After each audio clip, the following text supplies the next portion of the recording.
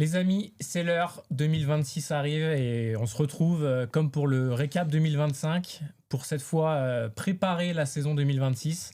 Bienvenue, je fais comme si c'était chez moi, mais C'est chez toujours un nous. plaisir de vous revoir ici et de parler de tennis. Salut Val, salut Chad. C'est chez nous maintenant, hein, clairement. J'ai l'impression que c'était hier, les gars, on s'est jamais quitté. C'est hallucinant quand la On saison a- reprend déjà.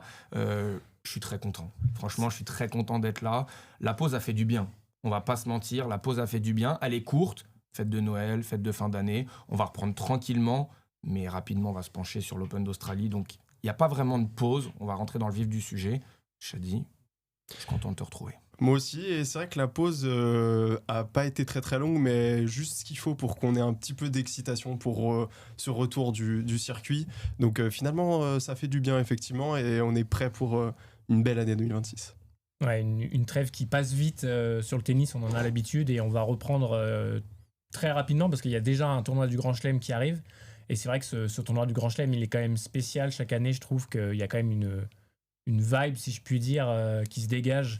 Les joueurs arrivent frais, avec des nouveaux objectifs, ils ont travaillé. On les a quittés vraiment tous cuits. Et là, c'est vrai que ça repart et on a hâte de voir peut-être quelques évolutions chez certains et de voir ce que ça va donner tout simplement cette saison. Ouais, clairement. Et puis, ce qui est un peu particulier avec cette trêve, c'est qu'il y a des joueurs qu'on voit absolument pas. On n'a aucune image de leur préparation. Et puis, il y en a certains qu'on voit un petit peu à droite, à gauche, dans des exhibitions. Est-ce que ça tronque une préparation ? Bon, on va pas spoiler l'émission, mais pour moi, un petit peu. La coupure doit être une coupure à 100%. Et c'est vrai qu'il y a quelques joueurs qui aiment bien s'éparpiller. On verra ce que ça donne. On va en parler aujourd'hui. On va parler de plein de choses, aborder plein de thèmes et on va commencer par justement quelques news qu'on a pu apercevoir pendant cette trêve. Et peut-être la plus importante qui nous a le plus marqué, c'est cette séparation entre Alcaraz et Ferrero.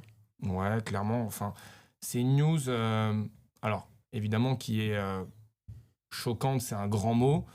Maintenant, il faut avoir une analyse vraiment, j'ai envie de dire, plus globale. Est-ce qu'aujourd'hui, c'est Ferrero qui a besoin de Carlitos ou plutôt Carlitos qui a besoin de Ferrero ? Moi, j'ai mon avis là-dessus, mais vu de l'extérieur, j'ai regardé un petit peu les chiffres et c'est vrai que cette année, globalement, Ferrero a manqué énormément de tournois avec Alcaraz. Ça n'a pas empêché Carlos de bien performer. On l'a vu avec cette saison peut-être la plus belle depuis le début de sa carrière. Mais ce que je trouve particulier quand même, c'est un petit peu les raisons de ce divorce. Je trouve que voilà, c'est un petit peu bizarre. Il y a Ferrero qui a pris la parole, qui a dit que c'était un petit peu un deuil. Il est vraiment en train de mal le vivre. J'ai l'impression que les histoires d'argent, les histoires de sous, les histoires de contrats, c'est un petit peu une fausse excuse, clairement, parce que Alcaraz ne manque absolument pas d'argent. S'il a envie de rempiler avec Ferrero, il a ce qu'il faut, il n'y a pas de problème là-dessus. Donc, personnellement, en tout cas, c'est comme ça que je le vois. C'est plus une décision de Carlos Alcaraz de se séparer de Ferrero. En tout cas, c'est mon avis. Je n'ai pas forcément la raison, mais je le ressens plutôt comme ça.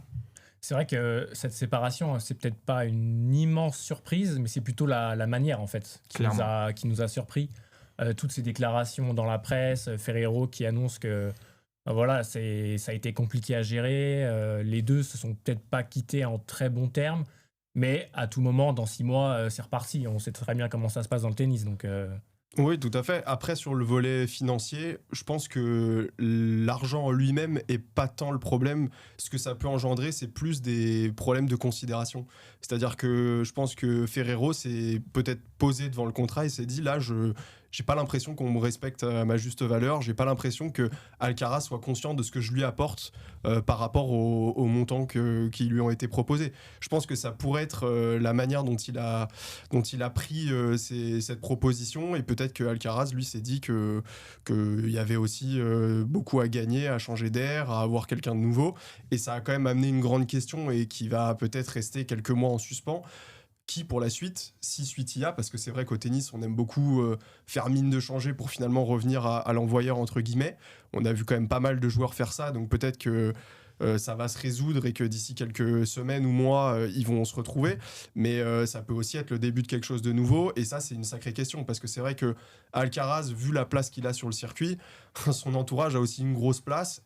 Et ça a déjà laissé laisser en suspens des fantasmes, des rêves pour certains. Est-ce que Nadal, est-ce que pas Nadal, qui a déjà dit qu'il se sentait peut-être chaud à un moment dans sa vie de prendre la Coupe Davis. Ça a déjà ouvert des horizons, je trouve, et c'est assez intéressant de ce point de vue. Et tu penses pas que ce serait Alcaraz lui-même qui a décidé dans les clauses du contrat, justement, pas de volontairement de manquer de considération avec Ferrero, mais justement de se dire je lui propose ça, je sais que de toute façon ça va pas passer et au moins la décision sera d'un accord commun, mais tu vois, un petit peu pour essayer de noyer le poisson.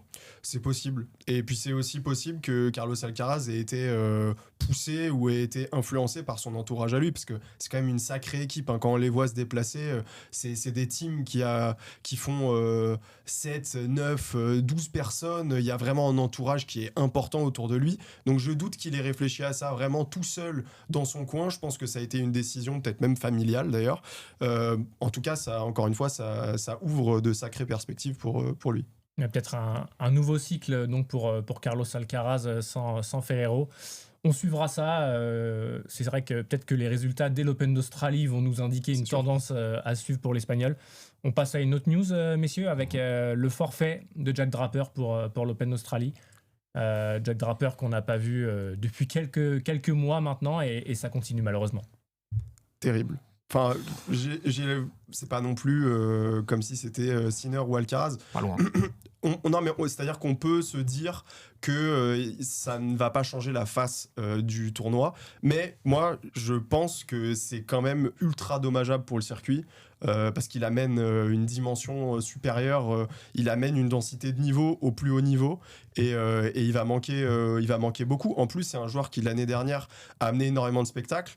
Il a fait 3 ou 4 matchs en 5-7. Alors, moi, je trouvais qu'il était très très loin de son meilleur niveau, mais c'est aussi une manière pour lui de lancer sa saison. Et derrière, il a quand même fait de belles choses sur le premier tiers de la saison. Donc non, terrible pour le circuit parce que c'est exactement le profil de joueur qu'il nous faut tout le temps en fait. Moi, je suis presque d'accord avec tout, mais j'ai envie d'appuyer encore un petit peu plus. Pour moi, c'est clairement dommageable pour l'Open d'Australie. S'il est là, je suis pas loin de le mettre deuxième favori, je le mets même presque devant Carlos Alcaraz, vu les résultats de Carlos Alcaraz dans ce tournoi depuis le début de sa carrière. Un Jack Draper en forme n'a rien à envier à Carlos Alcaraz à l'Open d'Australie. Alors on va me dire, Jack Draper, il n'a rien fait non plus à l'Open d'Australie. Ouais, mais Jack Draper, il a battu déjà Carlos Alcaraz, il complexe pas face à Carlos Alcaraz, il est gaucher, très puissant, il peut très bien servir, on est en début de saison. Comme je le disais dans la préparation, Carlos Alcaraz, c'est pas forcément optimal. Donc Jack Draper, il avait un vrai rôle à jouer dans cet Open d'Australie. L'année dernière, il fait 3 matchs en 5-7. Il galère certes contre Vukic, etc. Mais il a montré justement que des matchs en 5-7, il pouvait finalement les remporter, chose qu'il n'arrivait pas à faire avant. Ça montrait justement un palier de franchi. Et là, on se retrouve avec encore un forfait, ni l'US Open, ni l'Open d'Australie, un Wimbledon complètement raté. Ça fait beaucoup pour celui qui est censé être le 3e Lascar et qui aspire même, c'est lui qui le dit, à mieux. Non, c'est vrai que c'est une absence qui va compter, je pense, parce que Jack Draper, c'est quand même un joueur qui peut faire frissonner un public, qui fait souvent des matchs accrochés, qui se bagarre. Physiquement, c'est un monstre. Gaucher, on a besoin de lui, je pense, aujourd'hui pour passer, on va dire, à un step supérieur dans la bataille Sinner-Alcaraz. On a besoin de lieutenants qui viennent s'additionner à cette bagarre-là. Et c'est vrai que je pense qu'il va manquer et j'espère qu'il reviendra très vite. Peut-être sur la saison indoor après l'Open d'Australie. En tout cas, il va falloir qu'il revienne vite parce qu'il aura 1000 points à défendre à Indian Wells. Et vu le contingent de points qu'il a, il va falloir qu'il défende ça au mieux. Ouais, puis ça sera pas évident s'il revient juste pour Indian Wells, si c'est un tournoi de reprise après plusieurs mois. Tout le monde va l'attendre et c'est quand même un tournoi qui est extrêmement relevé. Donc, ça s'annonce délicat cette saison pour lui quand même. Alors ça s'annonce délicat, on en parlait juste avant l'émission, ça s'annonce délicat, mais à partir de Wimbledon, il n'aura plus rien à défendre. Et on sait qu'il peut être très bon sur gazon, il peut être très bon dans la tournée nord-américaine. Va pas falloir non plus trop tarder à revenir. Mais bon, même s'il est absent et qu'il revient que dans 3-4 mois, il va revenir plutôt frais. Il va revenir frais dans une période de l'année où tout le monde va être carbonisé, sur une surface qu'il maîtrise. Donc je me fais pas forcément de soucis pour lui, mais moi c'est plus pour l'intérêt global du circuit. on a besoin clairement d'un Jack Draper à 100% pour enfin venir créer du désordre. Bah, espérons en tout cas que ça arrive vite et que forcément cette absence lui permette d'encore mieux se préparer pour la suite. On va enchaîner, messieurs, avec ça y est, c'est officiel, hein. Dernière saison pour Wawrinka et pour la Monf. Gaël Monfils, qu'est-ce que vous voulez dire là-dessus? Un petit mot très rapide, On en parce que moi je vais parlera en peut-être reparler après, après, effectivement, mais ouais, c'est une grosse annonce. C'était attendu, c'est logique. Mais quand c'est annoncé, on profite encore un petit peu plus. C'est vrai que les derniers matchs de Wawrinka, de Monfils, on les regardait, mais bon, il n'y avait pas eu d'annonce. Là, on sait qu'à chaque fois, c'est peut-être leur dernier match. On ne sait jamais, avec une blessure, peut-être qu'ils ne vont pas faire l'effort de forcément revenir. Tout ce qu'on peut juste leur souhaiter, c'est une année pleine. C'est une année pleine parce qu'ils méritent ça. Les deux, certes, c'est des standings différents quand même. On va mettre du respect sur Stan Wawrinka qui a remporté 3 grands chelems. Mais nous, Gaël Monfils, légende française, je crois que Monfils et Wawrinka, c'est clairement 2 joueurs qui font l'unanimité. Je ne connais absolument personne qui n'aime ni l'un ni l'autre. Donc à partir de là, on peut que leur souhaiter une saison pleine. Et au rang des joueurs qui sont un petit peu sur la fin, je pense qu'on peut citer aussi Adrian Manarino qui va avoir 38 ans cette année, Yann Lennart, je trouve, qui va en avoir 35, Areno Busta qui va aussi en avoir 38, Silic aussi, vainqueur de Grand Chelem, 38, Dimitrov 35. C'est peut-être aussi des joueurs à suivre parce que l'annonce peut tomber aussi à tout moment cette saison. C'est sûr que c'est moins, c'est pas la dimension d'un Gaël Monfils ou d'un Stan, comme tu as dit, qui font l'unanimité, mais ça reste des joueurs qui font partie de ce chapitre entre guillemets et pour lesquels une page va se tourner. C'est fort ce que tu fais, Chad, parce que tu nous parles de Dimitrov et c'était la news d'après, avec pas l'annonce d'une prochaine retraite, mais l'annonce d'une autre séparation avec son entraîneur Valverdou. Ça faisait 8 ans qu'ils étaient ensemble et voilà, la page se tourne pour Dimitrov qui va tenter, il est redescendu je crois à 44e ou 45e, de retrouver, parce qu'il avait commencé l'année dans le top 10. Est-ce qu'il peut retrouver ce top 10 ? On verra cette année. Dans les news, on a le droit de commenter ou non. On a le droit. Moi, ça me fait ni chaud ni froid, je donne la main. Oh là Très là, bien. non, ouais. moi pas du tout. Ah ouais, non, Alors Grigor Dimitrov cette année a montré que quand il joue extrêmement bien. C'est quand même un des rares joueurs qui a poussé soit Alcaraz, soit Sinner en Grand Chelem cette année, qui était quand même sur un niveau plus, on va dire. Donc déjà, il a montré qu'il pouvait encore très très bien se débrouiller à son âge. Et puis justement, par rapport à ce que je viens de dire, ça c'est le signal d'un joueur qui a envie de continuer. C'est un joueur qui cherche à retrouver les sommets et qui cherche pas du tout à penser à la fin. Donc je trouve que c'est quand même un signal positif. Peut compter sur Grigor Dimitrov pour au moins une bonne année, voire plus. Je reparlerai un peu plus tard de Grigor Dimitrov. Il faut. Dimitrov, ça t'intéresse pas, Val, mais est-ce que le Masters The Next Gen, ça t'a intéressé ? Ah, non, pas vraiment, toujours pas, on y est pas. Non, ça m'a intéressé, mais attends, on était en vacances. Un joueur que t'aimes beaucoup qui l'a remporté, c'est pour ça que je dis ça. Non, évidemment, Lerner Tied, c'est... Moi, je suis amoureux, en fait. Vraiment, il faut dire les termes. C'est un joueur... en fait, il n'y en a pas 2 comme lui sur le circuit. C'est exceptionnel. Et ce Masters, en fait, je l'ai trouvé hyper décevant parce qu'il y a très peu de têtes d'affiche en devenir pour moi. Ça ne veut pas dire qu'on n'a pas des très bons joueurs, etc. Mais je trouve que ça manque de personnalité. Ce n'est pas des noms qui me font vibrer comparé aux années précédentes. Lerner Tien, je suis complètement fan. On en parlera après. Butkov-Kier, j'aime beaucoup le profil. Mais alors, franchement, le reste, allez, Bazavaredi pour Cervara, pourquoi pas, c'est un joueur que je peux regarder. Alors sinon, franchement, il faut se mouiller la nuque, hein. Je suis désolé, mais ça me fait absolument ni chaud ni froid, ça me fait pas vibrer. J'ai regardé les matchs, conscience professionnelle, ça s'arrête là. Ouais, parce que c'est vrai que c'est une période en plus où voilà, on se relâche un peu. Ah oui. Et c'est vrai que même pour l'exposition de ce tournoi, c'est pas terrible. Non, et puis c'est vrai que comme tu parlais de préparation, puisque c'est totalement le moment de la off-season, c'est très bizarre pour les jeunes joueurs de leur imposer un tournoi à un moment où ils pourraient au contraire se faire un gros bloc d'entraînement, surtout que c'est des joueurs qui ont vocation à progresser un peu tous les mois.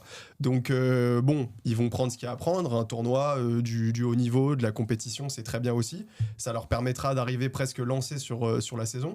Mais c'est aussi un drôle de choix et je pense que c'est aussi ce qui a motivé l'absence de Fonseca, qui peut-être lui s'est dit, moi je vais capitaliser sur du repos, de l'entraînement clair, net et précis, et on verra qui a gain de cause dans cette réflexion. Peut-être que Etienne arrivera en pleine forme pour l'Open d'Australie, c'est très possible, mais sur la longueur d'une saison, je pense que Joao Fonseca a pas fait pas pris une mauvaise décision. On aura l'occasion de parler de Fonseca après, mais ce que tu dis, c'est intéressant. On leur impose ce tournoi. Alors, il y a différents profils, parce que Tien, effectivement, il a des ambitions à l'Open d'Australie, essayer de faire une deuxième semaine, etc.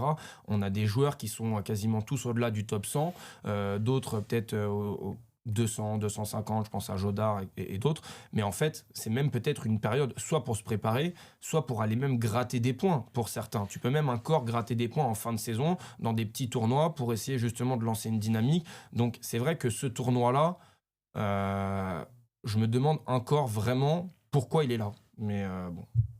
C'est une bonne réflexion, on demandera à l'ATP prochainement, messieurs.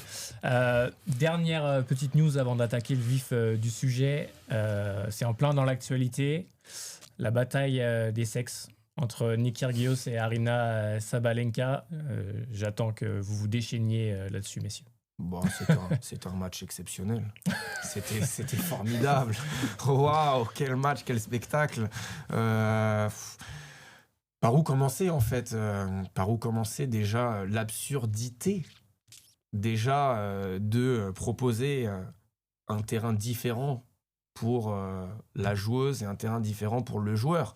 Parce que encore l'idée de base de faire jouer un homme contre une femme, bon, pourquoi pas, il n'y a pas de souci, tu vois. Mais en fait là, c'est de l'humiliation.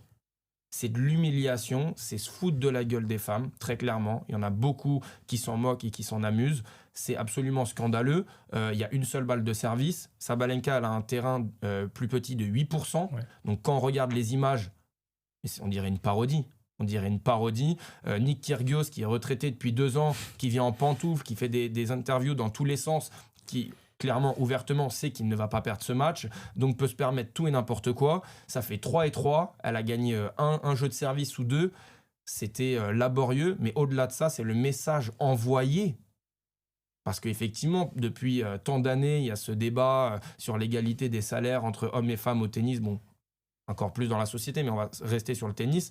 Là, objectivement, mais c'est d'un ridicule, je ne comprends même pas que Sabalenka, numéro 1 mondiale, puisse accepter de faire ce match dans ces conditions. Je trouve ça tellement dommage de sa part, c'est hallucinant. Moi, ce que je déplore à l'issue de ce match, c'est que finalement, ce qu'on pouvait attendre de cette rencontre, c'est qu'elle nous permet de répondre à certaines questions. C'est des fantasmes, c'est des matchs qui n'existent pas, c'est des affrontements qui n'ont pas lieu d'être, mais qu'au moins on puisse se dire donc c'est ça le rapport de force entre un homme et une femme au plus haut niveau, c'est ça les différences, et en fait je retire absolument rien de cette rencontre. C'est ça que je trouve le plus dommage, c'est que finalement elle a pris 6 jeux, donc finalement c'est presque compétitif, mais en même temps on peut dire que Nick Kyrgios, il était très très loin d'avoir joué le jeu et d'avoir tout tenté pour que ce soit vraiment pour que ce soit cohérent en fait, pour qu'on puisse se pencher sur le match et dire bon bah voilà, ça c'est vraiment une différence majeure au plus haut niveau, parce qu'en plus ils nous ont supprimé le service, donc on peut pas savoir à quel point elle aurait réussi à relancer ou pas les premières. Enfin bon, ils ont tenté de faire en sorte que ce soit plus un show et un spectacle. Et même ça a floppé, donc il n'y a rien à retirer pour moi. Un show et un spectacle, avec une Sabalenka quand même bien concernée par l'événement.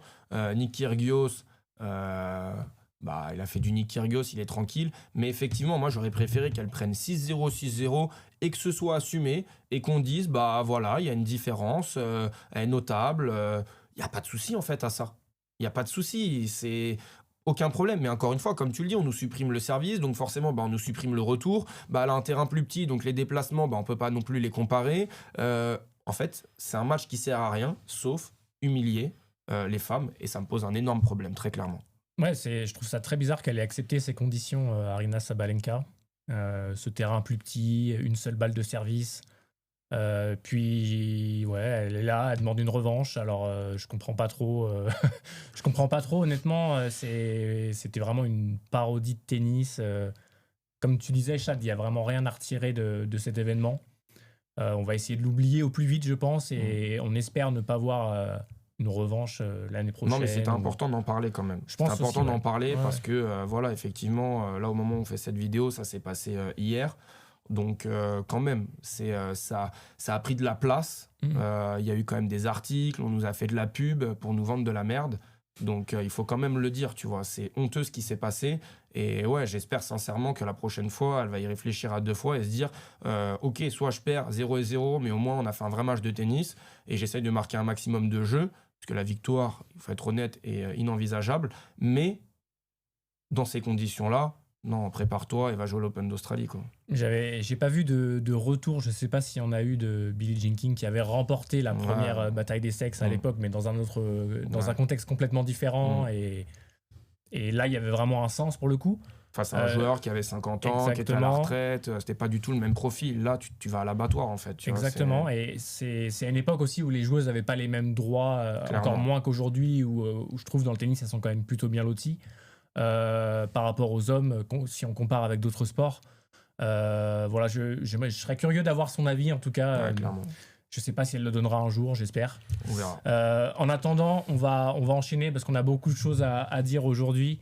Et on va commencer avec nos attentes. Dans la globalité, pour cette saison 2006. Qu'est-ce que vous attendez 2006. Ouais, 2006. Coupe du monde en Allemagne. Wow. Coupe du monde en Allemagne. Les mauvais souvenirs. Zidane, Materazzi, tout ça. Donc, nos attentes, messieurs, pour la saison 2026. On y va. Je fais très court et je développe après ou j'en donne un comment on s'organise? Tu fais comme tu as envie, Chad. Alors moi, ma première attente, je vais être inoriginal. C'est vraiment d'avoir un minimum de matchs entre Sinner et Alcaraz. Et mon minimum, je l'ai placé à 7. Et avec, en petit bonus sur cette attente, un match dès l'Open d'Australie. Parce qu'ils se sont joués dans tous les tournois du Grand Chelem, sauf celui-là. Donc je trouve que c'est important. Et quand on regarde le paysage tennistique aujourd'hui, bon, il y a quand même une grande partie médiatique et même de l'intérêt qui se concentre autour de d'eux. Donc, je trouve ça assez logique qu'on ait une attente vraiment placée autour d'eux. Et ça passe évidemment par des rencontres entre les deux joueurs. Si possible, des rencontres un petit peu épiques. Mais ça, bon, c'est quand même des joueurs d'un tel niveau que s'il y en a un qui joue l'acier, c'est compliqué pour qu'il y ait vraiment un match historique. Mais voilà, en tout cas, pour moi, il faut qu'il y ait des rendez-vous réguliers et en espérant que les deux joueurs jouent leur meilleur tennis au même moment, encore une fois. Ouais, je pense qu'on est tous d'accord avec ça, très clairement. Moi, je vais partir. Alors, on va parler d'un Français, effectivement, on en reparlera après de tous les Français, mais il faut une saison pleine pour Arthur Fils. Il faut une saison pleine pour Arthur Fils. En tout cas, moi, c'est mon souhait. Je me dis que Arthur Fils, il faut espérer que son corps le laisse tranquille. On a vu des choses hyper encourageantes cette année en début de saison, qui a été stoppé à Roland-Garros. Depuis, c'est très compliqué. Moi, mon souhait, c'est de le voir faire une saison complète, pleine, et qui finisse top 15 à la fin de la saison pour espérer, en 2027, commencer à titiller des places pour le top 10. Voilà, je vais faire très court. Mais à un moment, il faut dire les choses. Il faut se lancer, et je pense que c'est en 2026 qu'il faut enfin lancer la machine. J'avais noté exactement la même chose que toi, et j'avais rajouté Arthur Cazaux également. Est-ce que c'est un souhait ou une attente? Non, là, clairement, c'est un souhait, qui est aussi sous une forme d'attente, mais c'est un souhait. Je me dis que, Arthur Fils, pour nous, Français, c'est hyper important qu'on ait cette tête de gondole, et c'est hyper important pour le tennis d'avoir des personnalités, comme Arthur Fils, comme Ben Shelton, j'en parlerai après, d'avoir des joueurs avec du caractère, avec un tennis spectaculaire, qui font plaisir à regarder, où tu te dis, je vais me brancher devant la télé, et là, je vais en avoir pour mon argent, tu vois. Et Arthur Fils, c'est clairement ce joueur qui est capable de lever les foules et de te faire kiffer un match de tennis. Ouais. Pour revenir sur le top 10 la rivalité entre Sinner et Alcaraz dont avait parlé Chad juste avant, moi j'avais noté aussi que j'aurais aimé avoir un top 10 un peu plus solide, plus établi en tout cas, avec un Shelton qui devient peut-être le 3e, 4e joueur. J'aurais aimé aussi j'aimerais que Casper Ruud revienne à son niveau sur terre battue cette saison, parce qu'on a quand même sous-coté ses performances, je trouve, les années précédentes. Donc c'est vraiment un souhait pour ma part sur cette saison sur terre. Sur dur, je sais que c'est plus compliqué pour lui, mais sur terre, je pense qu'il a vraiment son mot à dire. Et un Ruud au top sur cette surface, ça peut faire de grandes choses.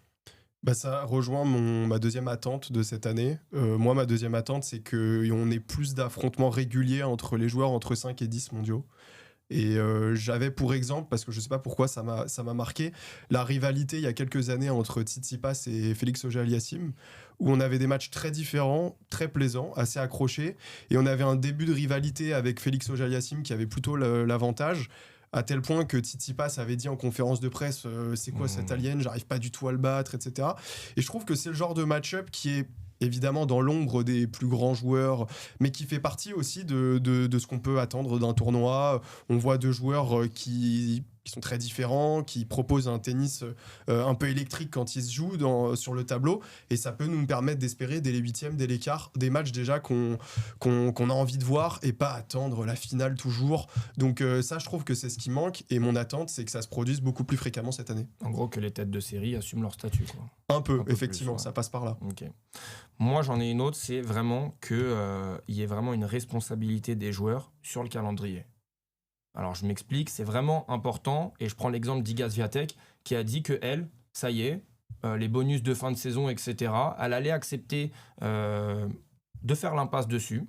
Elle va se concentrer sur son calendrier. Et avec son équipe, elle va aller faire les tournois qu'elle a envie de faire. Parce qu'on rappelle cette histoire de tournoi obligatoire, etc. Alors, sur le papier, c'est pas obligatoire. C'est obligatoire si tu veux toucher les bonus en fin de saison et donc obtenir encore plus d'argent. Mais moi, je parle des tout meilleurs joueurs. Alcaraz, Sinner, peut-être le 3e, 4e meilleur joueur du monde. Bon, pour l'instant, c'est pas vraiment établi, mais je pense à Zverev notamment. Chez les dames aussi, pareil, comme Iga Swiatek, pour que justement, on ait plus d'affrontements entre les têtes de série, et notamment entre Sinner et Alcaraz. Il faut parfois accepter de faire l'impasse sur certains tournois pour être en capacité sur d'autres de performer à ton meilleur niveau. Voilà, moi, ça, c'est vraiment quelque chose qui m'importe, c'est de me dire que certains joueurs et certaines joueuses n'ont plus besoin d'argent. Il n'y a plus besoin. À un moment, il faut penser aussi un petit peu à sa carrière, et il faut essayer de performer toute une saison et pas que avoir des pics de forme. C'est hyper important pour moi d'avoir une responsabilité des joueurs. Et ça va au-delà, parce qu'on se rend compte que parfois, bien manager son calendrier, c'est aussi optimiser ses sources de revenus. Parce que quand on fait quart de finale, c'est bien. Mais si on fait une seule victoire en tournoi, c'est beaucoup mieux, c'est beaucoup plus intéressant. Et de ce point de vue-là, je trouve que Joao Fonseca, en fin de saison dernière, a montré des signaux aussi très positifs. On sent qu'il est dans une équipe qui réfléchit déjà à ça, à son jeune âge. C'est assez incroyable. Normalement, les joueurs à cet âge-là courent partout et ont envie de jouer au maximum. Se canaliser, ça lui a aussi permis, tu vois, de faire une fin de saison où il a un peu tout déchiré. Il a gagné 500, et finalement, financièrement, je pense que c'est un meilleur calcul encore. Il a eu du nez pour ne pas aller à Shanghai dans des conditions horribles où tout le monde, franchement... Il a laissé des plumes. Ouais, il a laissé des plumes, et puis lui, il arrive à Bâle, il récolte. Alors, il y a eu des abandons et tout, mais force est de constater, comme tu le dis, Shadi, que lui a été plus malin que les autres. Il a dit, ok, je vais pas prendre des points là-bas, c'est pas grave. Par contre, la TP 500 à Bâle, je vais me concentrer à fond. Et il prend le titre. Donc, là-dessus, je suis entièrement d'accord avec toi. Et la transition est toute trouvée. Moi, franchement, ma dernière attente, c'est l'éclosion de Joao Fonseca. Clairement, on n'en fait pas trop. Mais encore une fois, il faut continuer sur cette dynamique. Et top 10 à la fin de la saison. Mais il reste sur une bonne saison avec un 500 dans la poche. Pourquoi pas aller titiller certains Masters 1000 demi-finale, voire plus. Master 1000, Grand Chelem, il n'y a aucune deuxième semaine. Voilà, deuxième semaine de Grand Chelem. Je pense que c'est jouable cette année pour Fonseca. Clairement, et puis surtout, des affrontements. Alors, on nous offre des exhibitions, mais ça va. Des affrontements face à Alcaraz, face à Sinner. On a envie de voir ça. On a envie de voir ça dans des gros matchs, dans des demi-finales, dans des finales. Lui, comme Jack Draper, normalement, pour moi, peut-être que c'est un petit peu trop tôt, mais on est amené à avoir un quatuor avec ces 4 joueurs qui sont capables de se tirer vers le haut, même si on a 2 qui ont une avance énorme, on va pas comparer, mais ces 2 gars-là, Draper, on en a parlé tout à l'heure, et Fonseca maintenant, moi, c'est mon attente, c'est de me dire qu'à un moment, on doit avoir un quatuor. Dernière attente pour ma part. On a parlé de beaucoup de joueurs là qui doivent jouer les premiers rôles. Moi, je vais parler de second couteau, entre guillemets, avec tout le respect. Mais j'ai envie d'ouvrir le dossier de joueurs qui passent un peu à côté de leur carrière. J'ai envie de dire des termes forts pour ces joueurs. Pour moi, mon attente, c'est que ça doit être la saison du réveil. Pour Korda, Très beau joueur, ça sort très bien de la raquette, beau bruit, tout ce qu'on veut. Mais à un moment donné, les résultats doivent être bien supérieurs par rapport à ce qu'il a, encore une fois, dans la raquette. Tiafoe, qui est en train de descendre. J'ai l'impression que ça n'intéresse personne. C'est quand même un joueur qui peut jouer aussi les premiers rôles, au moins par intermittence, mais qu'on doit voir un peu plus souvent. Thanasi Kokkinakis, meilleur classement en carrière, 65e mondial. Moi, aujourd'hui, Thanasi Kokkinakis prend sa retraite, 65e mondial, et pour moi, il est passé à côté de sa carrière. Mais de manière... c'est ça tes attentes.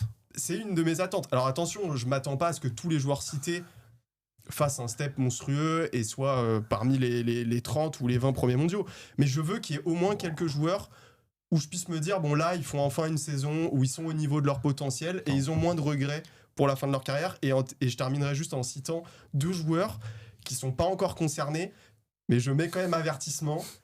Arnaldi, Lehečka. Voilà. Ça, c'est les joueurs. Oui, non mais un peu plus jeune. André Roublev, pour moi, il a été beaucoup plus proche de son plafond que les joueurs que j'ai cités pour l'instant. Oh là là. Mais si ton attente, c'est de regarder la saison de Kokkinakis, qui a été un intermittent du spectacle. Après, il a gagné un grand chelem, Kokkinakis. Et tu sais qu'il a été 15e mondial en double. Donc, peut-être qu'il est passé à côté de sa carrière de double, peut-être. Non. Non, mais pour moi, ça suffit pas de s'en tenir aux meilleurs mondiaux. Oui, c'est logique. Il a fait briller Andy Murray, rien que pour ça, sa carrière est réussie. Ce point avec 8 matchs ratés, 18 lobes, ça va. Kokkinakis, c'est très plaisant, je suis d'accord. Mais encore une fois, lui, il joue bien au pays. Mais après, quand il faut s'exporter, c'est... c'est pour ça que ça... Ouais, mais en fait, ça y est, c'est passé, tu vois. Moi, j'ai oublié, en fait. J'ai l'impression que tous les ans, on a droit à ces Australiens. On commence avec l'Open Australie, on va se dire, ouais, c'est leur année. Ouais, c'est leur année, Ils sont déter cette année. Et en fait, il y en a eu plein comme ça. Après l'Open Australie, c'est terminé. Pourquoi pas. Et Korda on va continuer. Lui, il joue. Mais moi, Korda, j'ai jamais été fan du joueur, donc ça me va très bien qu'il reste dans les fins fonds du top 100. On est obligé de reconnaître. Je suis d'accord avec toi, mais je trouve que quand même, il a une carrière qui est quand même plutôt convenable. C'est... Rien, quoi. C'est la carrière de Tiafoe, c'est quoi? Aux États-Unis, il fait des bonnes carrières. Voilà. Il dégage aussi un peu quelque chose sur le court, des fois, Tiafoe, alors que Korda. À l'US Open, il fait sa petite demi quand même. Oui, non, mais très bien. Mais une petite demi en grand chelem, tu vois, c'est pas suffisant. C'est insuffisant, non. T'attendais beaucoup plus de Tiafoe? Non, je dis que sur la longueur d'une carrière entière, on peut pas se contenter il a été en demi-finale d'un tournoi du Grand Chelem chez lui. Ça dépend ce que t'attendais aussi de Tiafoe au départ, tu vois. On voit que c'est un joueur qui a quand même beaucoup de qualité, qui a fait quart de finale en Grand Chelem très jeune, où il nous fait sa célébration là en déchirant son t-shirt. À ce moment-là, on peut se dire quand même c'est un joueur qui va au moins ponctuellement. On en a vu des tonnes, des gars qui vont chercher des Masters 1000. Tu vois, je vais jamais te citer un Karen Khachanov par exemple, malgré que je trouve qu'il soit pas encore à sa place et qu'il peut encore aller plus haut. Mais pour moi, ce mec a quand même été à un moment titillé son meilleur niveau. Il a fait des stretches de plusieurs mois où il a très très bien joué, il a atteint un certain classement. Pour moi, là, les noms que je t'ai évoqués sont tous passés à côté. Peut-être que ça veut dire quelque chose aussi. Peut-être que ça veut dire que finalement, on les voit plus beaux que ce qu'ils ne le sont, tu vois. C'est malheureusement le constat qu'il faudra faire. Je pense, ouais. On en reparlera dans quelques mois quand Thanasi Kokkinakis aura, je ne sais pas. Il aura remporté un challenger, Shadi sera content et puis voilà, il repartira. Très bien, alors ne donnons aucun gaz à ces pauvres joueurs. C'est bien. On va enchaîner avec la même chose, messieurs, mais côté français cette fois. Ah ouais, parce que là aussi il faut avoir des attentes du coup. Là, oui. Et pour ma part, je vais commencer. Vas-y, parce que je suis en train de réfléchir. J'ai pas beaucoup d'attentes, justement, plus, et j'en ai pour Arthur Cazaux, que j'aimerais bien voir faire une saison complète sans pépin physique. J'ai beaucoup aimé aussi la saison dernière de Corentin Moutet. J'ai envie que ça continue et je pense qu'il peut encore progresser. Donc ça m'intéresse de voir son évolution. Sans même progresser, s'il fait 4 premiers mois de saison à la hauteur des 4 derniers, au classement, il va faire un jump monstrueux parce que là, il n'a pas beaucoup de points à défendre jusqu'à... Finalement, c'était à partir de la saison sur herbe qu'il a été très performant en termes de résultats. Il jouait déjà assez bien, mais s'il continue sur sa lancée, effectivement, il va se rapprocher du top 20, je pense. Ouais, je pense que c'est complètement jouable pour lui. Sur terre, il va emmerder plein de joueurs. Sur gazon, pareil. Et même sur dur, il a commencé à jouer de mieux en mieux. Donc, je me rappelle de son match face à Tienne à l'Open d'Australie l'année dernière. Il jouait très bien. Pour moi, c'est un match qu'il devait gagner. Il a battu le Medvedev, si je dis pas de bêtises. Il a battu des très bons joueurs l'année dernière, donc j'attends encore un peu plus et ça peut faire top 20. Et quand on est top 20, on sait, c'est tête de série en Grand Chelem. Pour Roland, ça va être important. Donc ouais, curieux de voir ce que ça va donner cette saison. Curieux de voir aussi l'évolution d'Mpetshi Ricard après une saison très compliquée. Bien curieux aussi. J'ai dit curieux de voir comment ça va évoluer parce que l'année dernière, on n'a pas vu grand-chose malheureusement. Alors que c'est un joueur, pour moi, qui pourrait embêter les tout meilleurs, comme l'a fait John Isner, comme des gros serveurs auparavant. Et j'ai envie que ça soit le cas. Donc pourquoi pas dès l'Open d'Australie, avec des conditions chaudes, des balles qui volent un peu. Donc je sais pas. Et sinon, pour le reste, c'est vrai que j'ai pas beaucoup d'attentes. Parce que j'ai des joueurs, pour moi, qui sont déjà arrivés à leur plafond. Comme Rinderknecht, comme Hugo Humbert. Hugo Humbert... pour moi, ça ira jamais plus haut que, je crois que c'est 13e, c'est son meilleur classement. Mais il en est loin aujourd'hui. Un truc comme ça. Il en est loin aujourd'hui. Il en est très loin et j'ai du mal à le voir revenir parce que je le compare un peu des fois à Caroline Garcia chez les filles, avec des coups exceptionnels, mais il manque quelque chose tactiquement dans l'adaptation de son jeu face à ses adversaires, face aux conditions. Et pour moi, c'est quelque chose qui peut pas t'échapper si tu veux rentrer dans le top 10. Donc c'est vrai que ça peut paraître dur, mais pas beaucoup d'attentes sur ces joueurs. Je parlais de Rinderknecht également, d'Alexandre Müller qui joue très bien. C'est non, pour moi, Alexandre Müller, j'ai des attentes. J'ai du mal à le voir faire plus que ce qu'il a fait l'année dernière. Ah si. Je vais prendre parce que j'ai l'impression qu'il a des attentes monumentales sur tous nos joueurs français. Non, quelques-uns. Il va encore nous dire. D'accord, Val ? Non, mais on est encore d'accord, merci. Et il va encore nous dire que voilà, Hugo Gaston va regagner 3 challengers, ça va le faire vibrer, c'est génial. Wow, ok. Arthur Fils, on en a parlé. Arthur Cazot, je te rejoins. Une saison complète. Juste une saison complète suffira à notre bonheur parce que lui, il est capable de rentrer top 70, 60, 50 et pourquoi pas mieux après. Mais s'il n'y a pas de blessure, mais ensuite, derrière, Corentin Moutet, que j'adore, mais vraiment, peut-il faire beaucoup mieux ? J'en suis pas si sûr. Donc, du coup, j'ai pas forcément d'attente. Je lui souhaite tout le meilleur, mais j'ai pas forcément d'attente. C'est vraiment important d'avoir une petite nuance sur ces deux choses-là. Et puis ensuite, je trouve que en fait, c'est tout le monde est à sa place et peut pas faire beaucoup mieux, tu vois. Genre Alexandre Müller, tu vas me dire quoi ? Tu veux qu'Alexandre Müller il rentre top 20, top 25 ? Pour moi, ça me semble inconcevable. Rinderknecht, il va surfer sur sa finale à Shanghai, mais je vois pas comment il pourrait faire mieux que ça en termes de ranking pur. Donc en fait, les attentes, on va les supporter, il n'y a pas de souci, on va suivre ça. Mais des attentes, j'en ai absolument envers personne, sauf les deux, Arthur, Fils et Cazot, quoi, clairement. Moi, je suis pas d'accord sur Alexandre Müller. J'ai des attentes parce qu'il m'a montré cette année que malgré une malchance totale des tirages, il a réussi à faire son trou. Il est border top 50. Pour moi, il peut aller beaucoup plus haut que ça. Alors oui, top 20, ce serait une progression inespérée. Je suis obligé de le reconnaître. Mais pour moi, il a ce qu'il faut dans le sac pour... pour moi, c'est un joueur top 30. Franchement, donc tête de série en Grand Chelem. Ouais, franchement, oui. Il serait à sa place pour moi. Il est complet, physiquement c'est quand même un mec qui est résistant, qui s'adapte bien, il joue sur toutes les surfaces. J'ai aucun problème à ce que ce joueur intègre le top 30. Et je dis vraiment pas ça parce qu'il est français, hein. Je trouve que visuellement c'est un joueur pour moi qui doit être au-dessus de son classement actuel. Clairement. Et en plus, qui gère plutôt bien les affrontements contre les top joueurs.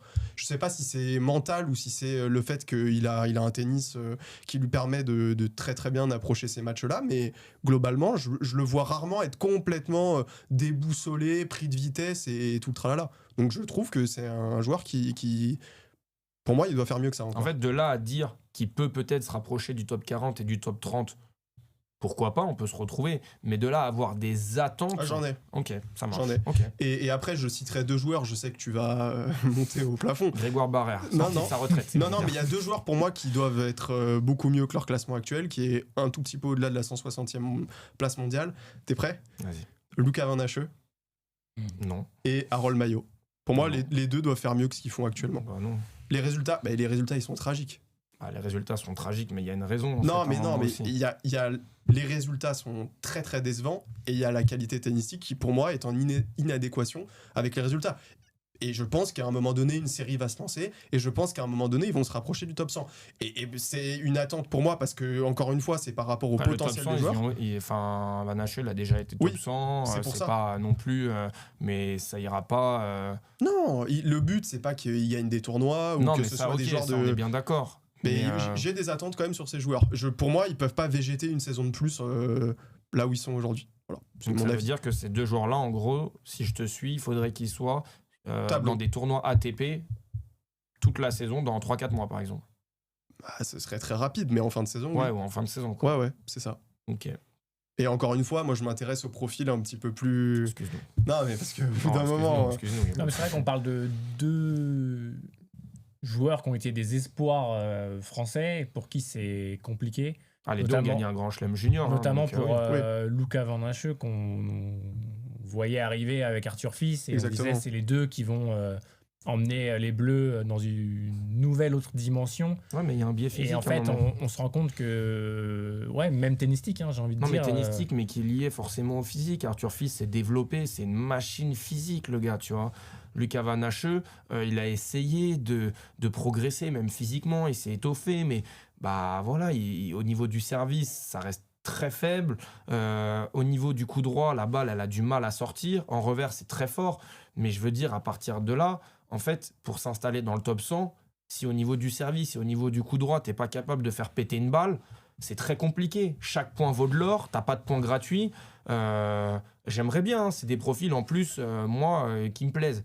Mais à force est de constater que pour aller au plus haut niveau et rentrer dans le top 100 et s'y installer pour jouer sur le circuit ATP chaque semaine, c'est trop léger. La densité du circuit aujourd'hui fait que des profils comme ceux de Van Hache ou Maillot, il y en a plein. Et c'est vrai que sans coup fort, c'est dur de s'imposer aujourd'hui pour rentrer dans le top 100, le top 80. Quoi. Trop compliqué pour moi. Rendez-vous en fin de saison prochaine. On verra. De toute façon, on fera un bilan. On sera là, on n'oubliera pas les... Oh non, c'est dans la boîte. Pour terminer sur les Français, moi je voulais juste voir Gaël Monfils nous régaler une dernière fois à Roland-Garros. Un dernier match en 5-7. Le péno. Un dernier match en 5-7. Oh là là, il a pas honte. Oh, il y est allé, c'est horrible. Évidemment.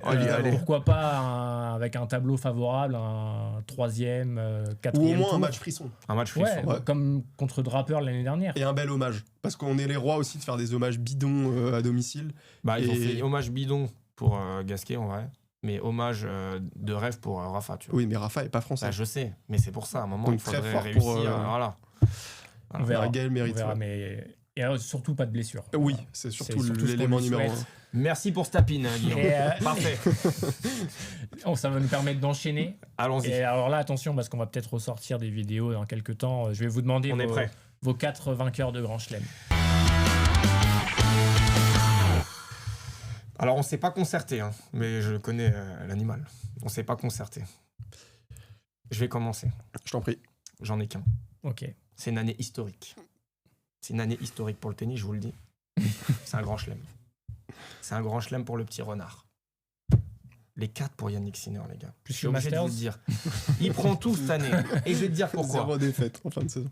Alors, pas 0 défaite, parce que quand même, il va perdre un petit match de temps en temps. Mais on est sur une année où, pour plein de raisons différentes, et là, je vais prendre 2 minutes pour expliquer vraiment la saison 2026. Vous pouvez capturer, clairement, on va le ressortir. C'est les 4 grands chelems pour Sinner. C'est les premières blessures pour Alcaraz. Lui qui a beaucoup tiré depuis le début de sa carrière, qui a fait une énorme saison cette année. Cette préparation, Ferrero qui s'en va. Il y a beaucoup de questions autour de l'Espagnol. Et surtout, là, Sinner, je pense que lui, il va prendre exemple sur Iga Swiatek, c'est ce que je disais tout à l'heure. Je le vois bien, de temps en temps, faire forfait dans un petit Master 1000, à droite, à gauche, pour se préserver. Il va optimiser son calendrier. On sait que lui, il a besoin de préparer ses tournois, il a besoin de temps. Il a fait l'impasse sur la Coupe Davis. Il est en mission. C'est peut-être la dernière année avec Darren Cahill, son entraîneur, avec qui, franchement, il a passé un step aussi monumental. Le Grand Chelem a failli être réalisé par Novak Djokovic il y a quelques années. Sinon, c'est quelque chose qui est rarissime. Mais je pense que s'il y a un joueur qui peut réaliser le Grand Chelem, clairement, c'est Yannick Sinner et pas Carlos Alcaraz. Les miracles, comme il y a eu à Roland-Garros cette année, je suis désolé de le dire, ça n'arrive qu'une fois dans une carrière. Ça n'arrive qu'une fois dans une carrière. Alors après, on va pas refaire le film, Wimbledon, l'US Open, etc. Mais je pense qu'entre les 3 mois de suspension de Sinner qui a fait qu'il a eu une saison plutôt tranquille en termes de rythme, là, une grosse préparation avec l'impasse de la Coupe Davis jusqu'à l'Open d'Australie, les mésaventures de Carlos Alcaraz avec son clan, et peut-être, moi je le pense, ça fait longtemps que je le dis, il va y avoir les premières blessures, les premiers couacs, vraiment une saison moyenne, comme il y a eu avec Rafael Nadal aussi, fut un temps. Je ne pense pas que Carlos Alcaraz ait la même marge sur une surface que Nadal l'avait par exemple sur terre battue. Et rien que pour ça, je vois un Sinner dominer la saison entière. Et franchement, je peux me mouiller, mais s'il fait 3-4 défaites, c'est le grand maximum sur la saison. Voilà, on a en plus un Yannick Sinner qui ne se perd pas en exhibition comme certains joueurs. Moi, je te rejoins un peu parce que j'ai mis 3 grands chelems pour Yannick Sinner. Open d'Australie, Roland-Garros, Wimbledon. Et je pense que comme Novak Djokovic, ça va coincer à l'US Open et que c'est Alcaraz qui le prendra. Mais déjà, l'année dernière, en plus, Yannick Sinner, il doit se présenter à l'US Open avec 3 grands chelems en poche, en fait. Pour moi, oui. Ça se joue à 3 balles de match. Un match surnaturel et comme tu disais, après c'est facile de refaire l'histoire. Oui, clairement. Wimbledon, on peut aussi peut-être dire qu'il n'aurait ça pas joue gagné à un Wimbledon. Dimitrov. Non, mais je veux dire, c'est trop mais facile. c'est-à-dire que la saison termine à 2-2, mais le ressenti, c'est que ça aurait très bien pu faire 3-0 en arrivant à l'US, et c'est quand même une autre histoire. Bien sûr Ouais, que puis c'est en une plus, autre il prend histoire. le Masters derrière, donc ça rajoute encore un peu plus au 2-2. Tu vois, il y a 2-2 en fin de saison. Quand tu regardes la saison et que tu fais le bilan, tu te dis, bon, bah, ça a été équilibré. Il est à 2 doigts d'arriver à 3-0. Après, bon, c'est encore Oui, une après, fois on peut des très hypothèses. bien aussi se mettre du côté d'Alcaraz et dire Oui, qu'il oui. l'a battu quasiment toute la saison aussi. Ouais, c'est Enfin, vrai. je veux dire, moi, je suis pas là pour prendre parti pour l'un ou pour l'autre, parce que franchement, sur le papier, c'est 2 joueurs que j'adore, j'admire, et voilà, je vais pas sortir tous les mots et les superlatifs. Maintenant, si on me demande mon avis, pour tout ce que j'ai pu dire là pendant 2-3 minutes, je pense vraiment que et dans une carrière, il y en a des saisons comme ça, et je fais le parallèle avec Rafael Nadal. Je pense que cette année peut être une saison très compliquée pour Carlos Alcaraz. Dans 6 mois, il peut être en manque de repères, et je te rejoins, il peut rappeler Ferrero en mode Ferrero dépendance, finalement j'en ai quand même besoin, alors que peut-être je pensais pouvoir prendre mon envol. C'est peut-être pas si évident. L'année commence par le Grand Chelem favori de Sinner, donc peut-être pour tout de suite marquer un petit peu cette saison 2026, et ensuite se lancer et voir comment l'Italien va arriver sur la saison sur terre battue. Moi, en plus, mon ressenti, c'est que Sinner, là où il m'a le plus impressionné, c'est sur terre battue l'année dernière, quasiment. Franchement, je l'ai trouvé mais monstrueux sur terre. Je trouvais que les progrès étaient assez hallucinants, et que la marge avec Carlos Alcaraz, finalement, je suis pas si sûr qu'il y a un des 2 joueurs qui soit meilleur que l'autre, tu vois. On nous a vendu vraiment Carlos comme un spécialiste de terre et tout. Ce qu'il est, c'est un monstre. Mais de ce que j'ai vu de mes propres yeux de Sinner sur terre battue en 2025, je vois pas franchement un énorme écart de niveau. Et donc, avec la confiance et les doutes, la confiance chez l'un et les doutes chez l'autre, on est sur un Sinner qui, pour moi, va réaliser et rentrer dans l'histoire avec un grand chelem.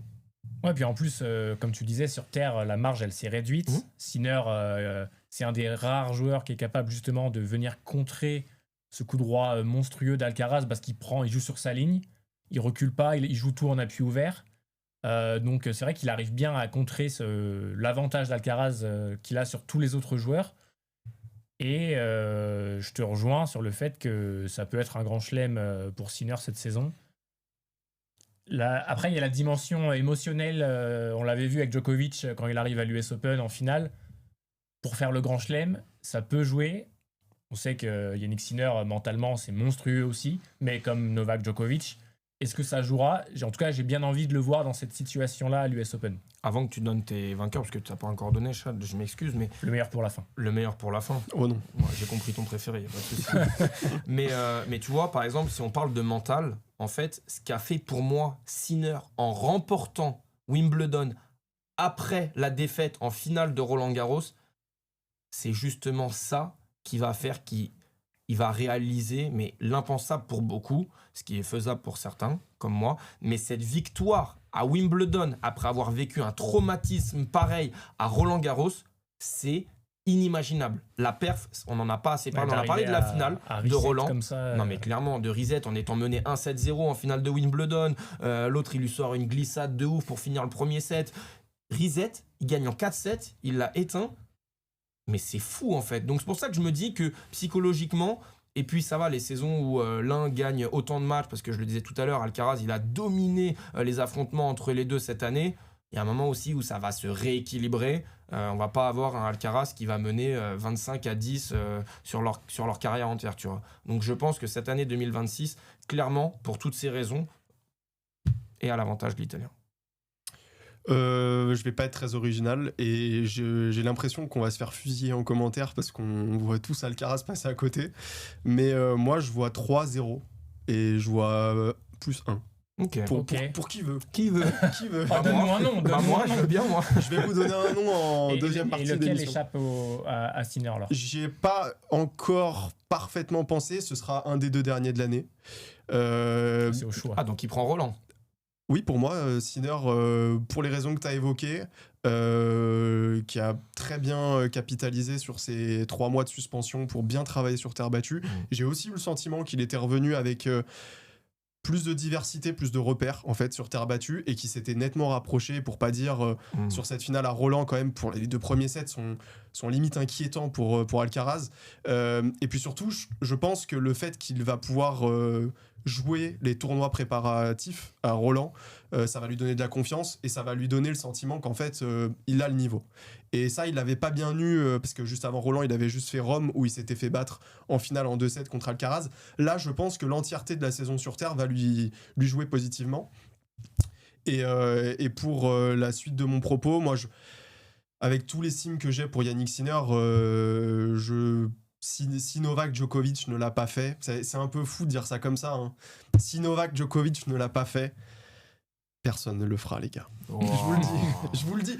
Wow. L'emprise qu'avait Novak sur le circuit, bah alors on peut dire qu'il l'a fait parce qu'il avait les 4 consécutivement. C'était pas calendaire, mais il avait les 4. Moi, je pense qu'à un moment ou un autre, ça reste quand même un joueur fragile physiquement, malgré tout. D'où l'impasse. De moins en moins. Ah non, mais bien sûr. Meilleur management de calendrier, de moins en moins de blessures, ça il faut être honnête. Mais je pense qu'à un moment ou un autre, petite douleur aux abdos, petite douleur à la cuisse, ouais. Tu sais, il a quand même son lot. Petite douleur à Cincinnati, petite douleur, tu vois, petit master. Ça marche pas comme ça. Et hop là. Et je pense aussi que l'enchaînement Roland-Garros, premier Roland-Garros en carrière, quand même, décompression. Wimbledon qui arrive toujours trop vite, entre guillemets. Attention. Alors après, s'il y en a un qui peut me surprendre, c'est bien Yannick Sinner. Mais je pense qu'il va faire 3 et que ce sera déjà légendaire. Après, j'ai du mal à voir quelqu'un d'autre s'imposer à Wim que Sinner ou... Ah si, non, au contraire. Ah si, Wim, justement, tu mets un gros Jack Draper, il peut aller chercher. Ah non, je pense pas. Pas du tout. Ah si, justement clairement. moins, parce que je trouve que ils sont tellement... le jeu est un peu plus rapide à Wim, même si bon, c'est plus comme c'était avant. Et en fait, eux voient tellement tout plus vite... ils sont tellement au-dessus, et là c'est dans des conditions un peu plus rapides, ouais. que leur avantage, je trouve, est encore plus important, surtout en fin de tournoi, quand le gazon est un peu abîmé, etc. Que je les vois pas perdre. Ça vaut ce que ça vaut, hein. Mais Jack Draper a déjà battu Alcaraz sur gazon, il a déjà battu Sinner sur gazon, alors c'était en début de carrière, mais bon, quand même, c'est pas pareil qu'à Wimbledon ou en Grand Bien sûr, Chelem. mais déjà premier Wimbledon. Voilà, non mais ok, bien sûr. Mais premier Wimbledon, je me rappelle, il mène 1-7-0 face à Djokovic. Je me rappelle, je sais pas pourquoi j'étais devant ce match, mais j'étais devant ce match. Mais en fait, là, je te rejoins, effectivement, avec la décompression. S'il y a un joueur qui peut venir un peu, pourquoi pas titiller les deux sur gazon, Jack Draper. Bon, il va falloir voir déjà s'il arrive à revenir, tu vois. Attends mon pronostic parce que tu risques de rigoler. J'attends la suite. Vas-y. Il faut qu'il... c'est ton pronostic pour un peu plus tard. Voilà. Un peu plus tard. On va enchaîner. Du coup, on a parlé de nos attentes pour cette saison 2026. Est-ce que vous avez un peu différents, des souhaits? Moi, j'en ai. Tu veux y aller ou j'y vais? Commencer. Je te laisse y aller. Alors, mes souhaits pour cette année, j'en ai 3. D'abord, j'ai envie de vous demander, est-ce qu'on peut avoir une saison sans blessure pour Berrettini ou... J'ai failli y aller. Ah, moi, j'y vais plein pot. Oh, j'adore. Matteo On parlait de Berrettini. Wimbledon, Matteo Berrettini, s'il est en forme. En plus, mais peut être tranquille. en réalité, sur toutes les surfaces. Oui, C'est C'est vrai. quand même un toutes les gars qui a surfaces. fait Toutes. finale en Masters 1000 sur Terre, qui a gagné des tournois sur Terre. Finale à Wim. Comment ? Finale à Wim. Totalement. Non, c'est un joueur qui, pareil, doit faire partie du paysage. Une saison sans blessure, pour moi, c'est une saison top 15 pour lui. Franchement, trop puissant, trop fort pour beaucoup de joueurs. Et en plus, un mec qui est quand même assez fiable et qui perd peu souvent habituellement contre les gars moins que 15 mondial. Donc ça, c'est mon vœu réaliste. Et puis j'ai mon vœu pas du tout réaliste. Et à chaque fois, j'ai fait ça. Mon vœu pas du tout réaliste. Est-ce qu'on peut avoir un retour du disparu Kei Nishikori ? Ouais, pourquoi pas? Bah, il est déjà revenu. Non, mais Exactement. là, ça Et à va. chaque fois pas qu'il est mal, mais là, revenu, ça me et paraît à quand chaque même- fois qu'il est revenu, ça a été très intéressant. Et il a été loin d'être largué, parce qu'il y a des gars qui reviennent. T'as pas envie de tourner la page. Non, évidemment que j'ai pas envie de T'as tourner pas la envie page. de tourner la page. Je l'ai pas C'est cité nostalgique. dans les Et joueurs. pourquoi pas un retour de Joe Wilfried Songa, tiens. Ah, écoute, il n'a pas Attends. pris sa retraite. Attends. Tu vois, je t'ai pas mis Milos Raonic. Je suis quand même assez lucide. Non, mais. Non, voilà, je t'ai dit que c'était moins réaliste. C'est un vœu. Je m'y tiens. Ça, c'est un carrément rêve, carrément. Papa Noël. Là. Ouais, là, sinon, la liste, elle est folle. Alors, Attends de voir la suite. j'attends de voir la suite. Moi, on en a parlé un petit peu tout à l'heure, mais je rêverais d'un Monfils Wawrinka en Grand Chelem. Genre premier tour, à Roland. Alors, si c'est pas faisable, au moins que les deux s'affrontent dans un tournoi cette saison, et si possible, le plus tard possible dans un tournoi. Donc, voilà, soit dans un Grand Chelem, et là, Un petit duel en 5-7, ce on serait pas kiffe, mal tu quand vois. même. Ah, Là, mais on vous kiffe. rigolez ou quoi? Quoi? On kiffe quoi tennistiquement, mais. Oh là là, mais t'as Oh, vu il a comme pas il envie est. de rêver. Et après, il veut voir Kei Nishikori, qu'on n'a pas vu depuis je sais pas combien de temps. Non, mais. Bon, allez, je vais rien dire. Respecte. Ah, je respecte Mon les fils légendes. Wawrinka. Imaginons mon fils Wawrinka en night à Roland. Mais ça, c'est pas. On dort. Oh, Oh. Non, mais les gars, Wawrinka. mais c'est une Mais dinguerie ça ce reste qu'il dit. un Oui, c'est souhait, ça, tu vois, c'est ça. c'est- Et puis il va nous sortir un long de ligne et Tennis Bah TV ouais. va mettre une Bah capture. ouais, et on sera là, dans le public. Mais c'est une dinguerie ce qu'il dit là, tu laisses passer ça. Mais c'est horrible. Je Attends. respecte. Ah non, c'est horrible. Ah, c'est horrible. Scandale. Le deuxième, je suis obligé d'y aller. C'est voir Davidovich Fokina remporter son premier titre Oui. en carrière. Bah, ça devrait être une attente. Alors, c'est les deux, mais en fait, avec Davido, j'ai appris à ne plus avoir d'attente. Du coup, maintenant, c'est un souhait. Parce qu'en fait, j'aime ce joueur, on en reparlera après, mais voilà, trop de souffrance pour Davido. Il Oui. mérite pas. Il mérite pas ça. Non Il mérite pas un peu Non, finalement. il mérite pas. Il mérite pas. Il y a eu des erreurs, un petit service cuillère à Wim, des petites bêtises, tu vois. Mais au final, c'est un joueur qui fait kiffer. Oui. Il a un tennis spectaculaire. Lui, dans la raquette, c'est impressionnant. Donc, voilà, un premier titre en carrière pour Davidovich Fokina, c'est mon souhait. Est-ce que tu en as un deuxième? Un troisième, du coup. Un troisième? Moi j'en ai un deuxième. Parce que le alors. premier, oui, faut oui. le compter quand même, faut le respecter. Moi, Je l'avais déjà mis de Ouais. côté, mais je l'ai Tu pas oublié. respectes pas, toi non plus, les anciens. bon là, celui-là, il a pas besoin de dénominateur irréel parce qu'il est déjà un peu. Je souhaite un retour au plus haut niveau de Stefanos Tsitsipas. Et j'ai pas osé le mettre dans mes attentes, mais je le souhaite. Je suis obligé, je le vois jouer et, Ouais, je suis d'accord. et j'ai mal. Ouais, je te suis. Et en réalité, je comprends les gens qui disent que voilà, il a trop de failles et que c'est rédhibitoire à ce niveau. Mais d'un autre côté, les failles, il les avait déjà quand il Allez, était. je te suis. Merci. Ouais, je te suis. Putain, mais c'est fou ce qui se passe là. J'adore, putain, il y a une Incroyable. connexion qui se crée, Une c'est première. incroyable. Une grande Waouh. première. Mais les failles, il les avait déjà. Ce revers un petit peu plus faible, il l'avait déjà. Ce manque de toucher quand il veut slicer, il l'avait déjà. Et ça l'a jamais empêché d'être un mec qui a été 3e mondial en 2021, qui a été ultra performant sur terre et sur dur essentiellement. Mais ce gars ne peut pas rester là où il est. Je suis d'accord. S'il te plaît, Stéphanos. Non, Moi, je vais vous le dire, il va rester là où il est. Oh, Bien Mmh. gentiment. oh là là. Mais vous Rendez-vous en venez. fin Il se d'émission. passera rien Oh là là. pour Stefanos Tsitsipas, à part peut-être un retour avec Badoza. Mais sur Oh, le terrain, il se passera rien. Ah, c'est horrible. C'est Tu vas pas terminé. donner des bonnes ondes un peu, Guillaume. Mais- Donne des bonnes Alors, ondes. Moi, je suis Alors, plutôt sur les jeunes, tu vois. J'ai envie de voir Fonseca et Mensik top 10 à la fin de saison. Ok. Menchik. On en parlera à la il, fin. il, en il est- va- il il en va est pas falloir. si loin. Hein. Il en est pas si loin. Non, bien sûr, mais il a Pour moi, mis il y le a point à trop de défendre à failles. Miami. Mais bon, Il y a c'est trop autre de failles, chose. mais il peut progresser. Il peut progresser. que- Zverev, il y a des failles aussi, tu vois. Il est Non, 3, non, il est mais 4e, clairement. 3e. Mais bon, Mais on parlera pourquoi des pas, top 10 à pourquoi la pas. fin. Donc, on parlera on aura on donnera l'occasion notre top 10 d'en parler. chacun à la Moi, fin. j'ai un sweat roll si vous voulez. Moi, j'en ai un vrai après encore. moi, mon souhait, troll, mais qui est sérieux pour moi, mais je sais que ça n'arrivera pas. Mon souhait, ce serait que la rivalité entre Alcaraz et Sinner se chauffe un peu. Qu'il y a un des deux joueurs qui, en conférence de presse, dise voilà, moi, je suis le meilleur du monde. Lui, je le bosse. Tu vois, qu'il y ait un petit peu d'animosité, et qu'ils prennent pas les jets ensemble, qu'ils s'entraînent pas avant les tournois ensemble, tu vois, qu'il y ait quelque chose, que les matchs, on les attende non seulement tennistiquement, mais qu'il y ait ce surplus, quoi, tu vois, qu'il y ait cette rivalité qui dérape un peu. Ouais, je suis d'accord aussi. Ça, ce serait... Moi, Non, mais un peu de piquant dans le tennis en général, tu vois. Voilà, c'est ça. En fait, merci, mais non merci, quoi. Ça va. Je pense qu'ils se respectent trop. Les jets, ils s'échauffent ensemble et tout. Non, ça va, les gars. Enfin, vous êtes les deux. Putain, un moment, faut que... montre-nous quelque chose, tu vois, genre un petit regard, un petit truc, tu vois, lui, je vais ça. l'attraper, tu vois, c'est pas possible. Je suis d'accord. Ouais. Merci. Putain, mais on a les mêmes souhaits. Mais ça n'arrivera jamais. Non, ça n'arrivera pas. Par contre, celui que je vais te donner maintenant peut se réaliser. En tout cas, je l'espère. Voir Ben Shelton progresser tactiquement et techniquement en revers pour passer un cap. Ça reste du boulot. C'est pas... voilà. À un moment, on a le droit de voir un Ben Shelton travailler un peu sa petite broche et de se dire que finalement, lui en Grand Chelem, il perd. Bon, il a abandonné à l'US, mais il perd contre Alcaraz ou Sinner. Et pourquoi pas peut-être essayer que ton d'en taper. souhait est déjà réalisé et qu'il a bossé pendant un mois et que là, en revers, ça va être ce serait fou en vrai. Imagine là, à l'Open d'Australie, on le voit, bam, prise de balle tôt, longue ligne, court croisé.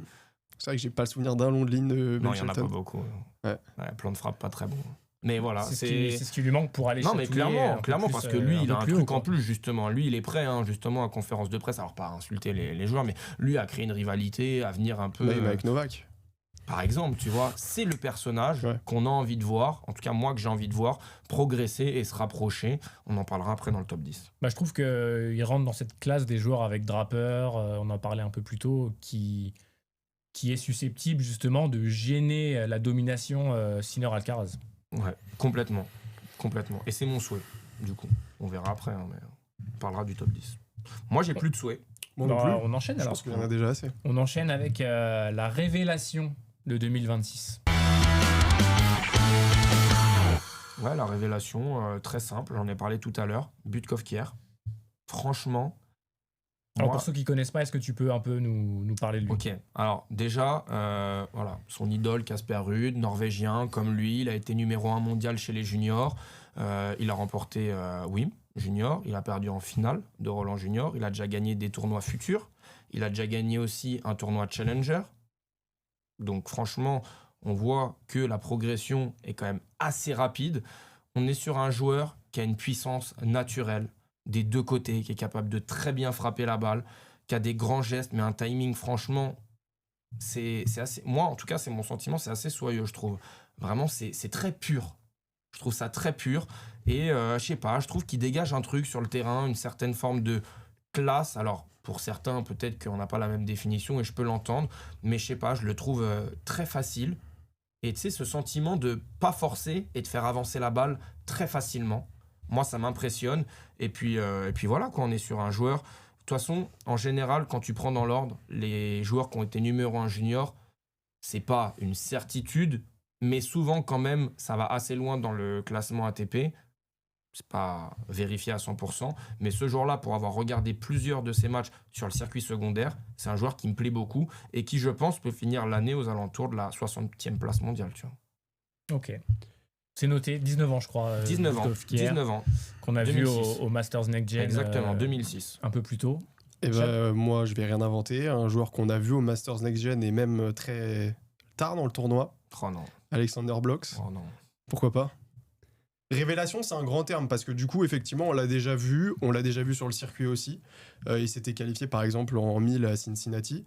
Il a déjà quelques bons matchs. Je trouve que c'est un joueur qui est très vivant. Quand on regarde ses matchs, il se passe des choses, même dans son body language, il est actif. C'est un gars qui a l'air d'en vouloir beaucoup. Tennistiquement, j'ai beaucoup aimé ce qu'il a proposé au Masters Next Gen. Franchement, avant son match contre Tien, il était presque favori parce qu'il avait très très bien géré. Alors évidemment, tu l'as dit, il y avait des affrontements relativement accessibles pour lui, mais il n'a jamais été top 100. 101, son meilleur classement.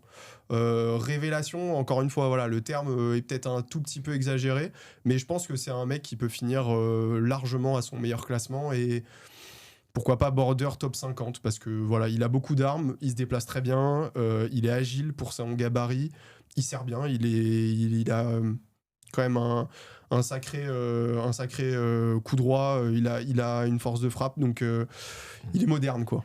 Il est moderne, ça c'est sûr.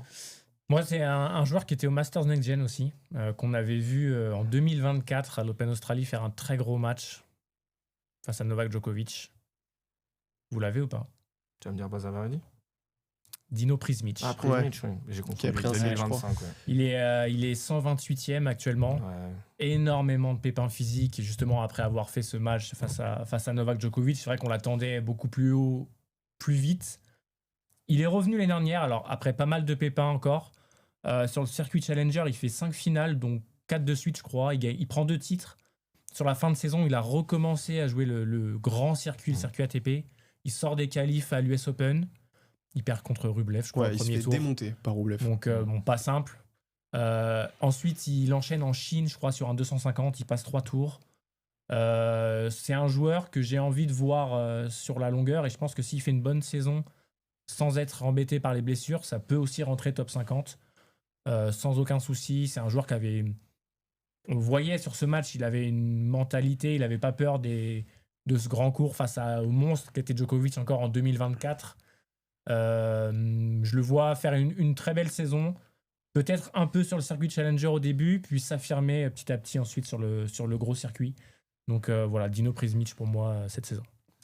Oui, ça s'entend. Ça s'entend. Après, c'est des joueurs qui ont des profils très différents. Je sais que Blox, j'en ai fait un petit tweet durant le Master Next Gen. C'est un profil, comme il en existe énormément maintenant. Moi, j'ai beaucoup de mal. Franchement, c'est répétitif, en fait, les profils comme ça. Alors, je suis d'accord, il est très mobile, il se déplace très bien, il joue très bien au tennis, mais il me procure peu d'émotions, vraiment. Donc, bon, on verra. C'est un joueur qui va très bien jouer au tennis, mais il n'y a rien de différent, en fait. Il n'y a rien de différent, même dans les gestus, etc. C'est quelque chose... je coince un peu. Je comprends, mais c'est efficace. C'est efficace, clairement. Votre meilleure progression de 2026? Ma meilleure progression, elle est absolument pas originale. Enfin, mais un joueur du top 100 quand même. Ah oui, bien sûr. Ah oui, quand même. Mais c'est joué au Fonseca. Ok. Donc je vais pas épiloguer, Ah, on en ouais. a parlé. Ça- Progression ouais. parce qu'au classement, il peut faire un jump. Il peut prendre 20 places, quoi. Il va pas en prendre. C'est énorme. Surtout que c'est les moi, plus durs. il y a des joueurs qui peuvent être moins. Non mais pareil. c'est différent de faire une avancée entre 100 et 50 Ouais. et entre 30 et 10, tu vois. Non, ok, je l'entends. Mais du coup, Et pour moi, il progression- finira border top 10, mais pas top 10, on y reviendra encore une fois, mais ce sera une très très belle année avec beaucoup plus de constance et de présence dans les derniers tours. Alors moi, j'ai noté Collignon, qui est 87e. Je trouve ultra complet. Un Je autre trouve le joueur- Belge après Je Blox. trouve le joueur mais super fort. Franchement, qui est 87e et qui peut clairement finir tête de série en fin de saison. Mais vraiment, genre, il a tout ce qu'il faut. Et on n'en a pas parlé, mais peut-être qu'à un moment, il a le droit de revenir jouer au tennis. Hubert Hurkacz a le droit de... Parce qu'il me semble qu'il est encore top 100. Oui, Il a le droit, à un 83, moment, J'allais dire 75, mais Je crois qu'il est par là, 83. ouais. il a le droit de revenir jouer au tennis et de bien performer, puisque lui, son niveau moyen, ça reste quand même très très haut. Ah oui. Donc, sans blessure, on peut être sur la meilleure Moi, progression. c'était de un l'année. joueur qui était Ah oui. top 20 sans souci. Non, top 10, mais top oui, 10, mais Ah oui, oui, bien sans sûr. souci, Ouais, top ouais. 20. Ah Quoi. oui, oui. Il doit revenir. Il s'il doit joue revenir à ce niveau-là, entre top il y aura 30 pas et de top souci 20, pour tu lui, vois. quoi. Ouais, ouais. Donc, Collignon et Hurkacz, je pense que les deux peuvent prendre une bonne cinquantaine de places, tu vois. Complètement d'accord. On va passer à un sujet qui fâche maintenant, le flop de 2026. Waouh, le flop de 2026. Alors, toi, tu le dis au singulier. Ah, si Moi, t'en as j'en ai plusieurs, j'en tu ai peux. plusieurs. J'en ai plusieurs et je vais en donner un. C'est Alexander Zverev. Ouais. Il fait les gros yeux. Ah, c'est là où nos chemins se séparent. Non, attends. Non, mais Alexander Zverev, à un moment, tu peux pas rester impuni. Tu peux pas, c'est pas possible. Au final, en termes de points purs, il a pas énormément d'avance sur les concurrents qui sont derrière. Cette année-là, le manque de travail va forcément se faire ressentir. Tu peux pas enchaîner encore une fois une saison à plus de 70 matchs comme ça sans te faire punir au niveau des points, au niveau physique. Lui aussi, en enchaînant comme ça, en faisant n'importe quoi avec son calendrier, il peut très bien commencer à avoir 1 ou 2 blessures, ce qu'on lui souhaite pas évidemment. Mais juste là, on prend un peu de recul par rapport à sa situation. Son niveau tennis est catastrophique, sa confiance est catastrophique, sa gestion du calendrier est catastrophique. Et il va devoir commencer l'année en défendant une finale à l'Open d'Australie.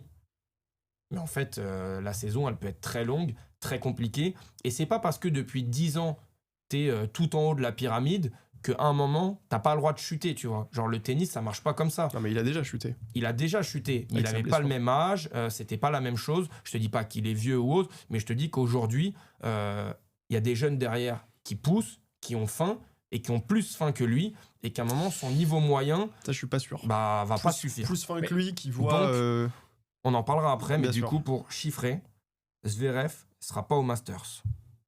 Hors top 8. Ok. Alors là, on n'est Ouais, pas ouais, d'accord. non, mais Voilà. pourquoi Hors pas, top hein. 8. C'est le plus gros flop pour moi dans mes 3 flops. Tu parlais de chute de Zverev, mais c'est vrai que ça se ressent pas forcément au classement. Mais moi, par exemple, je le vois plus comme un potentiel vainqueur de Grand Chelem comme on le voyait avant. Et ça, rien que ça marque quand même les esprits Mais de se ça dire, marque beaucoup de ce, choses. ce mec-là, en fait, il a laissé passer sa chance, il a pas assez travaillé un moment quand les autres l'ont fait. Il est resté sur ses acquis et c'est vrai que le train À est un passé, moment, quoi. tu payes le manque de travail. Pour Il moi, est l'heure il est- pour lui Il de y a, laisser il y a sa un place. train de substitution qui arrive à quai là. Ah. Pour Un moi, bus de substitution. il y a un train qui va partir là. Mais bon, on y reviendra. Moi, mon flop, c'est Félix Auger-Aliassime. Je lui souhaite pas. Et j'aimerais qu'il continue à proposer ce qu'il a proposé sur le dernier tiers de la saison. Mais j'ai pas vu de changement structurel ou constitutif à son jeu. J'ai juste vu un Félix Auger-Aliassime qui trouvait les zones. Et ça a jamais duré une saison. Donc, fort logiquement, je le vois revenir à un classement entre 10 et 20 en fin de saison prochaine, mais pas. Il est quoi? Il est 5? Il est 4. Il est 4. Il est 4. Hein. Bon. Non, il est- 4. Non, il est 5. non, il est 4. Donc je le vois perdre un certain nombre de places Non, il est précieuses. 5. Il est 5, cinq. il est. Ouais. Voilà. Donc pour moi, ce sera une année de recul pour Félix Auger-Aliassime. Ok. Ouais, tout comme pour Alexander Bublik pour moi.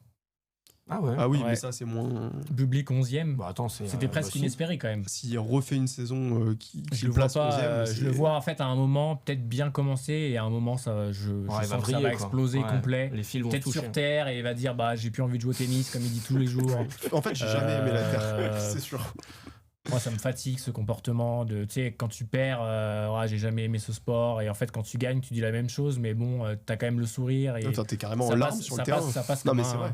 ça passe C'est- comme un non, troll c'est- alors qu'en fait moi c'est pas un joueur que Combien, du j'apprécie énormément, je le vois tomber à les 35-40. Hors tête de série, du coup. Ouais. Pas toute bon, façon, c'est tout pas rien bon à avec prendre lui. au tableau principal de Ouais, Plan mais d'Australie. peut-être Ou au qu'après à la fin de contraire, l'année au il contraire, arrêtera parce très bon tirage. que ça l'a saoulé, tu C'est vois. possible en vrai. Mais pour moi ça sera le flop de la saison. Ok. Moi, j'en avais 2 autres. Bah, je vais pas développer. Alcaraz, mine de rien, même si on va en parler après dans le top 10, je le vois pas dégringoler en termes de classement, mais un Alcaraz qui, pour moi, ne remporte pas de Grand Chelem, ça reste une saison flop. Totalement. Voilà. Donc, c'est petit flop, grand flop, je sais pas trop, Maxi mais flop. ça reste flop. Si en plus il se fait passer devant par Sinner au entre guillemets classement des grands chelems, Bah, ouais, maxi ouais. flop. Donc, pour moi, flop. Et le troisième, Oui. bah, Le grand manquant, le- ouais, je crois l'individu on manquant n'en de a pas l'émission. encore parlé. Ouais. On n'en a pas encore parlé. C'est quoi? Vas-y, je te laisse. Moi, je le mets même pas en flop C'est vrai par respect, Oh, premièrement, oh tonton. et parce que c'est plus la logique en fait. Ouais, tout moi c'est simplement. pareil parce que Ah ouais j'ai pas forcément d'attente. Aucune. On va le citer. peut-être, J'aurais une quand même. attente, franchement, Novak Djokovic. Voilà, merci. Oh, le Ouais, terme a été ouais, dit. quand même. non. Aïe, aïe, aïe, aïe. Non, j'aurais une attente sur sa pseudo dernière année, l'année des JO.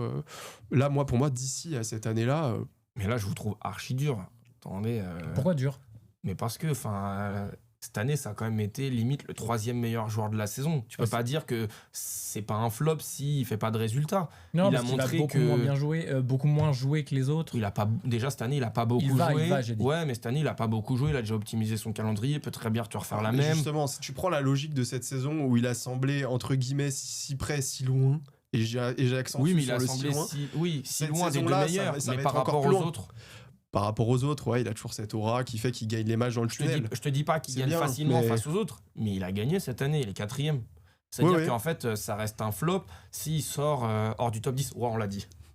Ah, mais pour moi, un joueur, non. un joueur qui dépend exclusivement Pas de possible. ses résultats en grand chelem, qui est vulnérable physiquement et qui a plus aucune marge sur les gars à partir de la 20e place mondiale, ça peut pas tenir une saison. Je suis désolé, je vois pas comment il reste ne serait-ce que top 10 cette Oh, saison. c'est horrible, on l'a dit. Ouais, mais On a osé le dire. à un moment, ça va arriver. Hein, et... Ah, mais il faut- Oh, non, Bah, évidemment, c'est la logique. pas possible. Le temps fait son œuvre. Mais Novak est un grand compétiteur et il aura à cœur de nous faire mentir. Moi, sincèrement, Ouais, je ça, l'ai c'est mis, sûr, je mais- l'ai mis en flop et je le vois hors du top 10. Mais si demain, là, il fait demi-finale à l'Open d'Australie, je vais faire genre, bah ouais, c'est Novak en vrai. Non, genre, non, y a non, rien, non, tu non. vois. Si demain, Genre, il fait, c'est normal. si tu demain vois. il fait demi-finale à l'Open Australie, tu nous fais une capsule pour nous dire que le circuit est en décrépitude totale, que c'est inacceptable qu'un mec de 38 plus continue de se promener parmi les bambins du circuit. Non, non, non, c'est pas possible. Tu veux que je désingue en gros. Bah non, pas que tu désignes, que tu dises les choses. Novak fut un temps. Respect Novak, Mais mais, big respect, ouais, maxi mais respect. maintenant on prend la porte. Mais c'est même pas prendre la porte, Je c'est sais. juste qu'il faut accepter qu'il y ait des joueurs qui jouent mieux au tennis maintenant. Mais pour l'instant, force est de constater que ça n'a pas forcément été le cas, tu vois. Il y a Mais encore si quelques mois. tu il vois, continue de gagner sur des imperfections à des moments que lui critiques. ne fait pas. Oui, mais qui provoque par cette espèce de, tu vois, ce délire où les gens se disent non, mais lui, met les barbelés dans les moments chauds, il faut que j'en fasse plus, etc. C'est plus l'aspect, tout ce qui gravite autour du tennis que le tennis pur. Aujourd'hui, on l'a vu, le tennis pur, il est en galère contre un Zizou Bergs. Et en vrai de vrai, si tu prends le niveau des deux joueurs, il n'y a pas grand chose qui les sépare. Je suis désolé, moi, quand je parle vraiment Oh, de là, l'aspect Là, il sportif, va loin, là, quand même. sur l'aspect sportif, Novak Djokovic, aujourd'hui, mais je sais même pas combien je le place Toi, dans t'as les pas l'échiquier. regardé la finale d'Athènes, toi. C'est vrai, c'est un gros match. Très gros match. Très gros match. Attention le à, Tonton. Bravo à on se Loré, rappelle de qui- l'Open d'Australie et Novak Mais Djokovic, oui, à c'est l'Open quelqu'un, d'Australie l'année dernière, j'ai Mais craché pareil. mon venin. Mais attends, J'ai mais dit, ah, il va perdre à chaque match. Et à chaque match, il venait, il Non, non, boitait, non. À l'Open tout, et il d'Australie- remportait les matchs. à l'Open d'Australie, je ne sais pas comment Carlos Alcaraz perd. C'est inacceptable. Ah La oui, non, mais performance. c'est inacceptable. Mais au final, Et contre un même Zverev. contre Zverev, il fait Mais- 7-6 en 1h10 mais, alors qu'il mais- a mais un parce que truc Zverev cassé. est capable, et ça on le sait tous, Ouais, c'est mon flop. qu'il est capable de complètement passer à côté, justement sur les 6 partout tie-break, où faut que ça se joue un peu plus qu'au tennis, et voilà, Ouais, c'est bon. très compliqué. Ok. Mais pas sur Bon. une saison entière. Bah voilà pour les flops, on va passer au top. T'en as plusieurs aussi Van Bah non, mais il faut qu'on enchaîne parce qu'après il Ouais, faut on qu'on va finisse avec le enchaîner, top ouais. 10, donc je vais aller vite. Mais le top de 2026, bon, le tapin Yannick Sinner, je le cite pour la forme. Mais clairement, mon top, c'est Daniil Medvedev. Daniil Medvedev qui va rentrer dans le top 5 en fin de saison. Ok. Et oui, parce Le que ça fou. va, une année cauchemar comme ça, des bonnes résolutions chez Daniil, je l'ai vu en fin de saison. On a vu quand même du Je l'ai mieux. vu. On a vu du mieux. J'ai vu des changements. Si. T'as pas regardé les matchs. t'as Toi pas qui vu. n'as pas je- vu de changement chez Auger Je les ai Aliassime, vus, moi malheureusement. j'en ai vu chez Daniil Medvedev. Je me suis tapé sa série de matchs à, j'allais dire Bercy, au Rolex Paris Masters, où il s'en sort, on ne sait pas comment contre Sonego. Déjà en prenant le tie-break du deuxième, il était à 2 doigts de la porte, et comment il se fait reprendre par un Zverev qui n'a pas existé pendant 1h10, 1h20, et il Comme finit toute par la perdre. saison, Zverev, donc Non ça, mais y a pas de il a souci changé de là-dessus. coach, les mots sont toujours là. Moi j'y crois zéro. Top 5, fin de saison, Daniil Medvedev, le top de 2026. Voilà, donc lui il est encore en 2020. Ouais, il y a de la place, je trouve, pour aller dans le top 5. Merci. Et je me dis que. C'est pas honteux. Pourquoi pas Voilà, merci. Peut-être pas top 5, top 10, mais top. Ouais, pourquoi pas Annonce-nous le tien. Mon top c'est Alexander Zverev, et j'y reviens dans quelques instants. Ils se sont serrés la main il y a 10 minutes, et là, Comment c'est j'ai pu lui serrer la main Nos mains n'ont jamais été aussi Comment longues. Ma main, si précieuse. Alors explique-nous Oh là là. pourquoi. Bah parce qu'il faut qu'il y en ait un qui gagne un grand chelem en dehors d'aller de Yannick Sinner, et pour moi ce sera lui. Bah oui, mais à un moment donné, faut faire des pronostics qui défient un petit peu la logique, parce qu'il y a toujours des choses qui se passent sur une J'entends saison des choses. qui ne sont pas prévues, qui sont presque inespérées. Bon, pour lui, ce serait totalement inespéré après les occasions qu'il a eues. C'est quand même un multi-finaliste en Grand Chelem sur différentes surfaces. Bah oui, quand même. Roland Garros, Open d'Australie, US Open.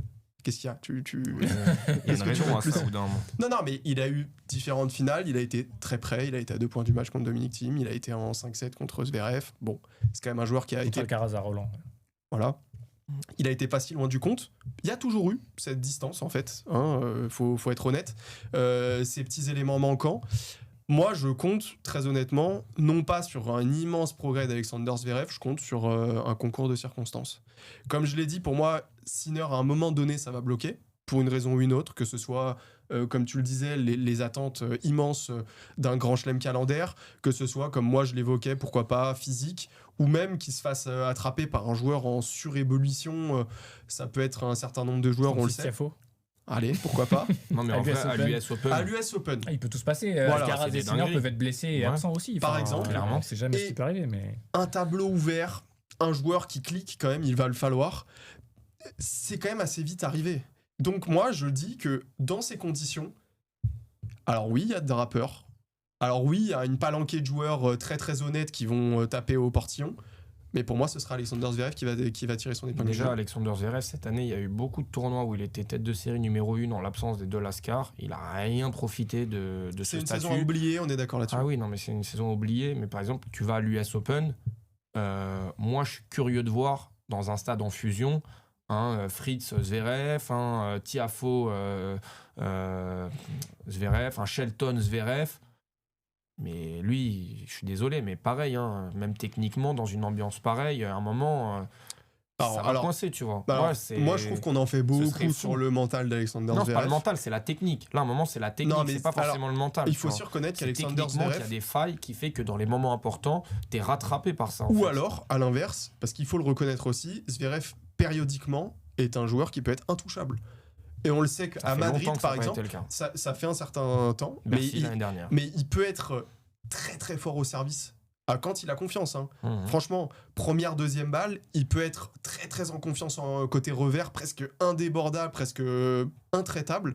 Et côté coup droit, certes, il y a toujours des petites failles, surtout dans les moments clés, mais il peut être franchement décent de ce côté aussi. Ça peut être un joueur, franchement, quand il sent bien le coup, à qui tout réussit. Ce qui va être dur pour lui, c'est d'arrêter d'être passif dans les moments importants, en fait. Parce qu'on l'a vu, dans des moments importants, se mettre 3 mètres derrière sa ligne et attendre la faute, même en revers, ne rien tenter. Le peu de fois où il est forcé de monter au filet, il finit jamais les points et il se fait soit passer, soit lober, soit il rate sa volée, soit ça va boiser en coup droit. Et oui, c'est sûr que s'il règle ça, pourquoi pas. Ah si, il règle ça. Moi, je en lui fait, demande c'est 2 des semaines. choses que tu peux Alexander, pas- je te demande que 2 semaines. C'est des choses que tu peux pas forcément travailler à l'entraînement, en fait. Parce que ça arrive, ça lui tombe dessus en match. Et Mais en vous, fait, vous allez me faire croire que sur une carrière entière, il va pas avoir un moment à la Marine Cilic, un moment à la... Non, mais je ce ne qui- sais pas bah, quoi. En fait, je me demande si ce Si. moment, il est pas déjà arrivé Ouais, il est et déjà qu'il l'a passé, il laissé l'a pas passer, saisi, en c'est fait, tout. tu vois. Ce qui serait Non, fou, pas c'est pour que moi. nos deux trucs se réalisent. Qu'il gagne un grand chelem, mais qu'il fasse une saison catastrophique parce que tu lui as demandé que 2 semaines. justement. Deux Du coup, il a semaines. donné 2 semaines, mais il a floppé tout le reste, tu vois. Moi, je le vois quand même border top 2, donc on va espérer Ok, qu'il fasse bon, un on peu verra. plus. Ok. Bon, moi, mon top, c'est Grigor Dimitrov, qui va revenir dans le top 10. Ouais, bon. Parce que très peu de points à défendre. Je valide. Ah ouais. Parce non. que un niveau, quand il est là, il a rien à envier au top 10, justement. Comme je le disais, c'est surtout qu'il a pas de points à défendre en grand chelem. Donc, Mais il moi, va se blesser. Hein. c'est Plusieurs possible. fois, hein. C'est possible. Mais en tout cas, je l'espère pas. Et Ce qu'on remet en cause avec et moi, je le Grigor, c'est vois pas son tennis. arriver à faire une saison complète et à revenir dans le top 10, justement. Donc tu le vois sans blessure pendant 1 an. Monstre. T'es un doux rêveur. Monstre Grigor. C'est ça qu'on aime chez toi, t'es un doux rêveur. Et ouais, mais il faut oser un moment. tu Non, vois, il faut je- oser, il faut oser, il faut oser. Bon, bah, je pense que c'est l'heure. Et oui. On va conclure Mhm. avec notre top 10.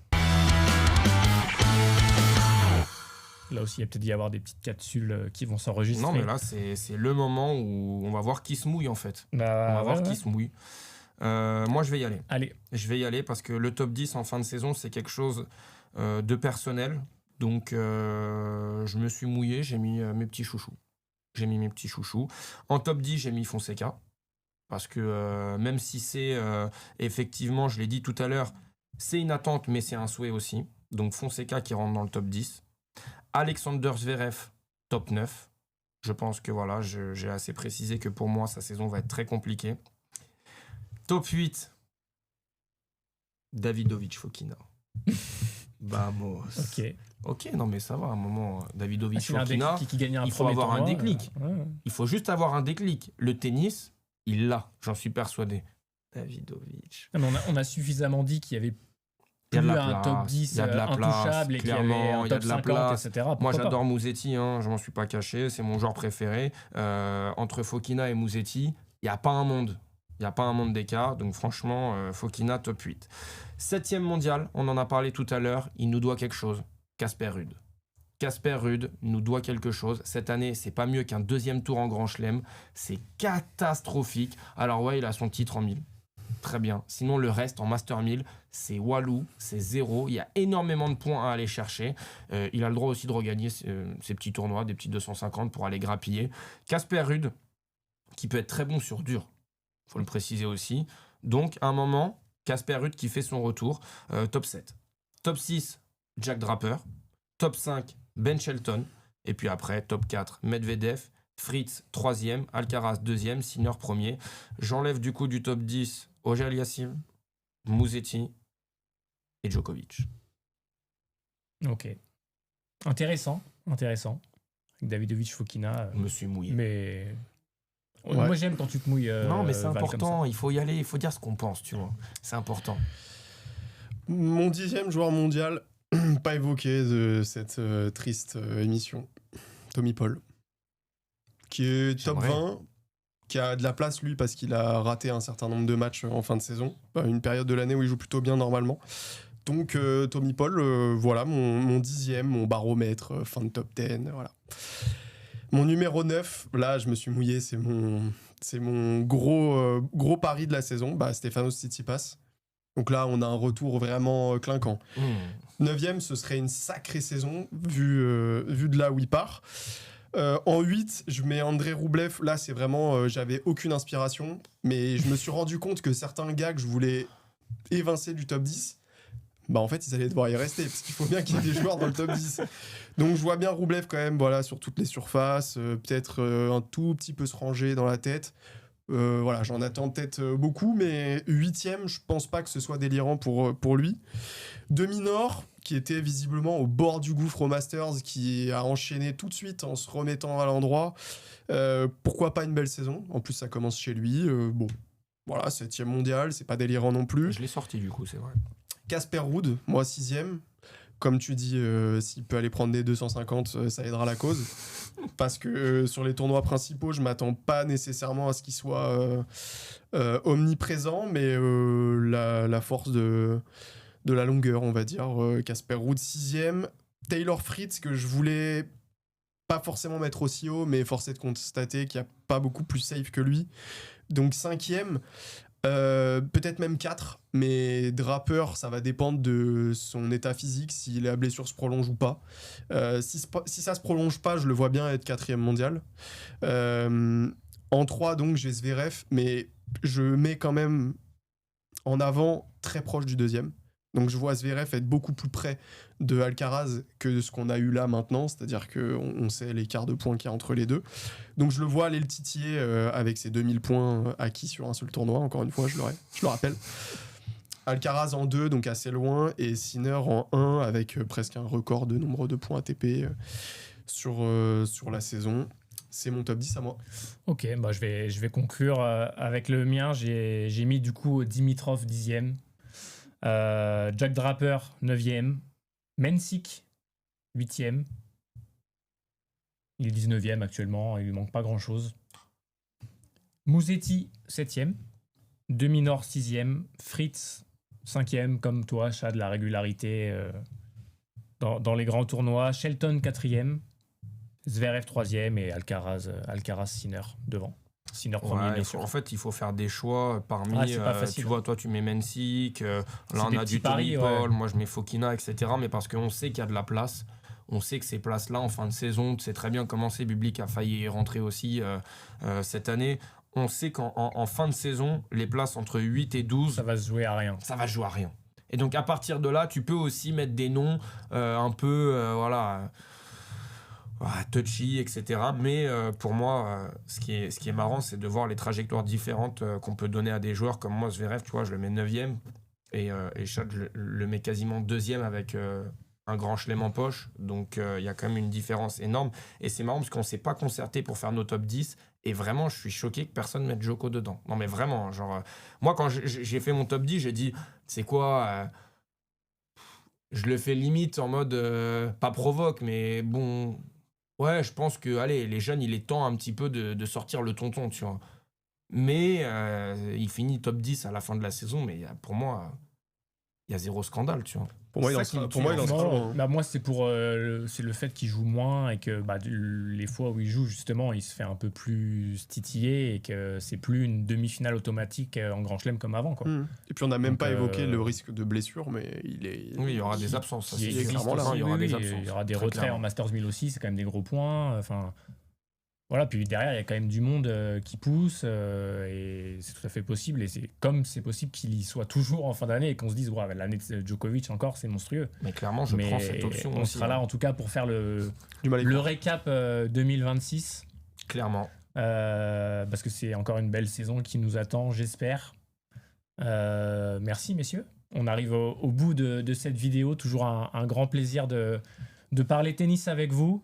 Voilà, vous le savez maintenant, l'actualité tennis, c'est sur Val Tie Break que ça se passe, sur Twitter, sur Insta, partout, sur YouTube. Voilà, likez, abonnez-vous. La force, c'est gratuit, comme il aime bien le dire. Et merci Chad, toujours un plaisir de parler avec toi aussi. Et Val, on va te laisser le mot de la fin. Ouais. Merci les gars, vraiment d'être venus encore une fois. Franchement, c'est un plaisir de faire ces émissions ensemble. Le temps passe. Et je pense qu'on aurait pu encore développer plein de choses.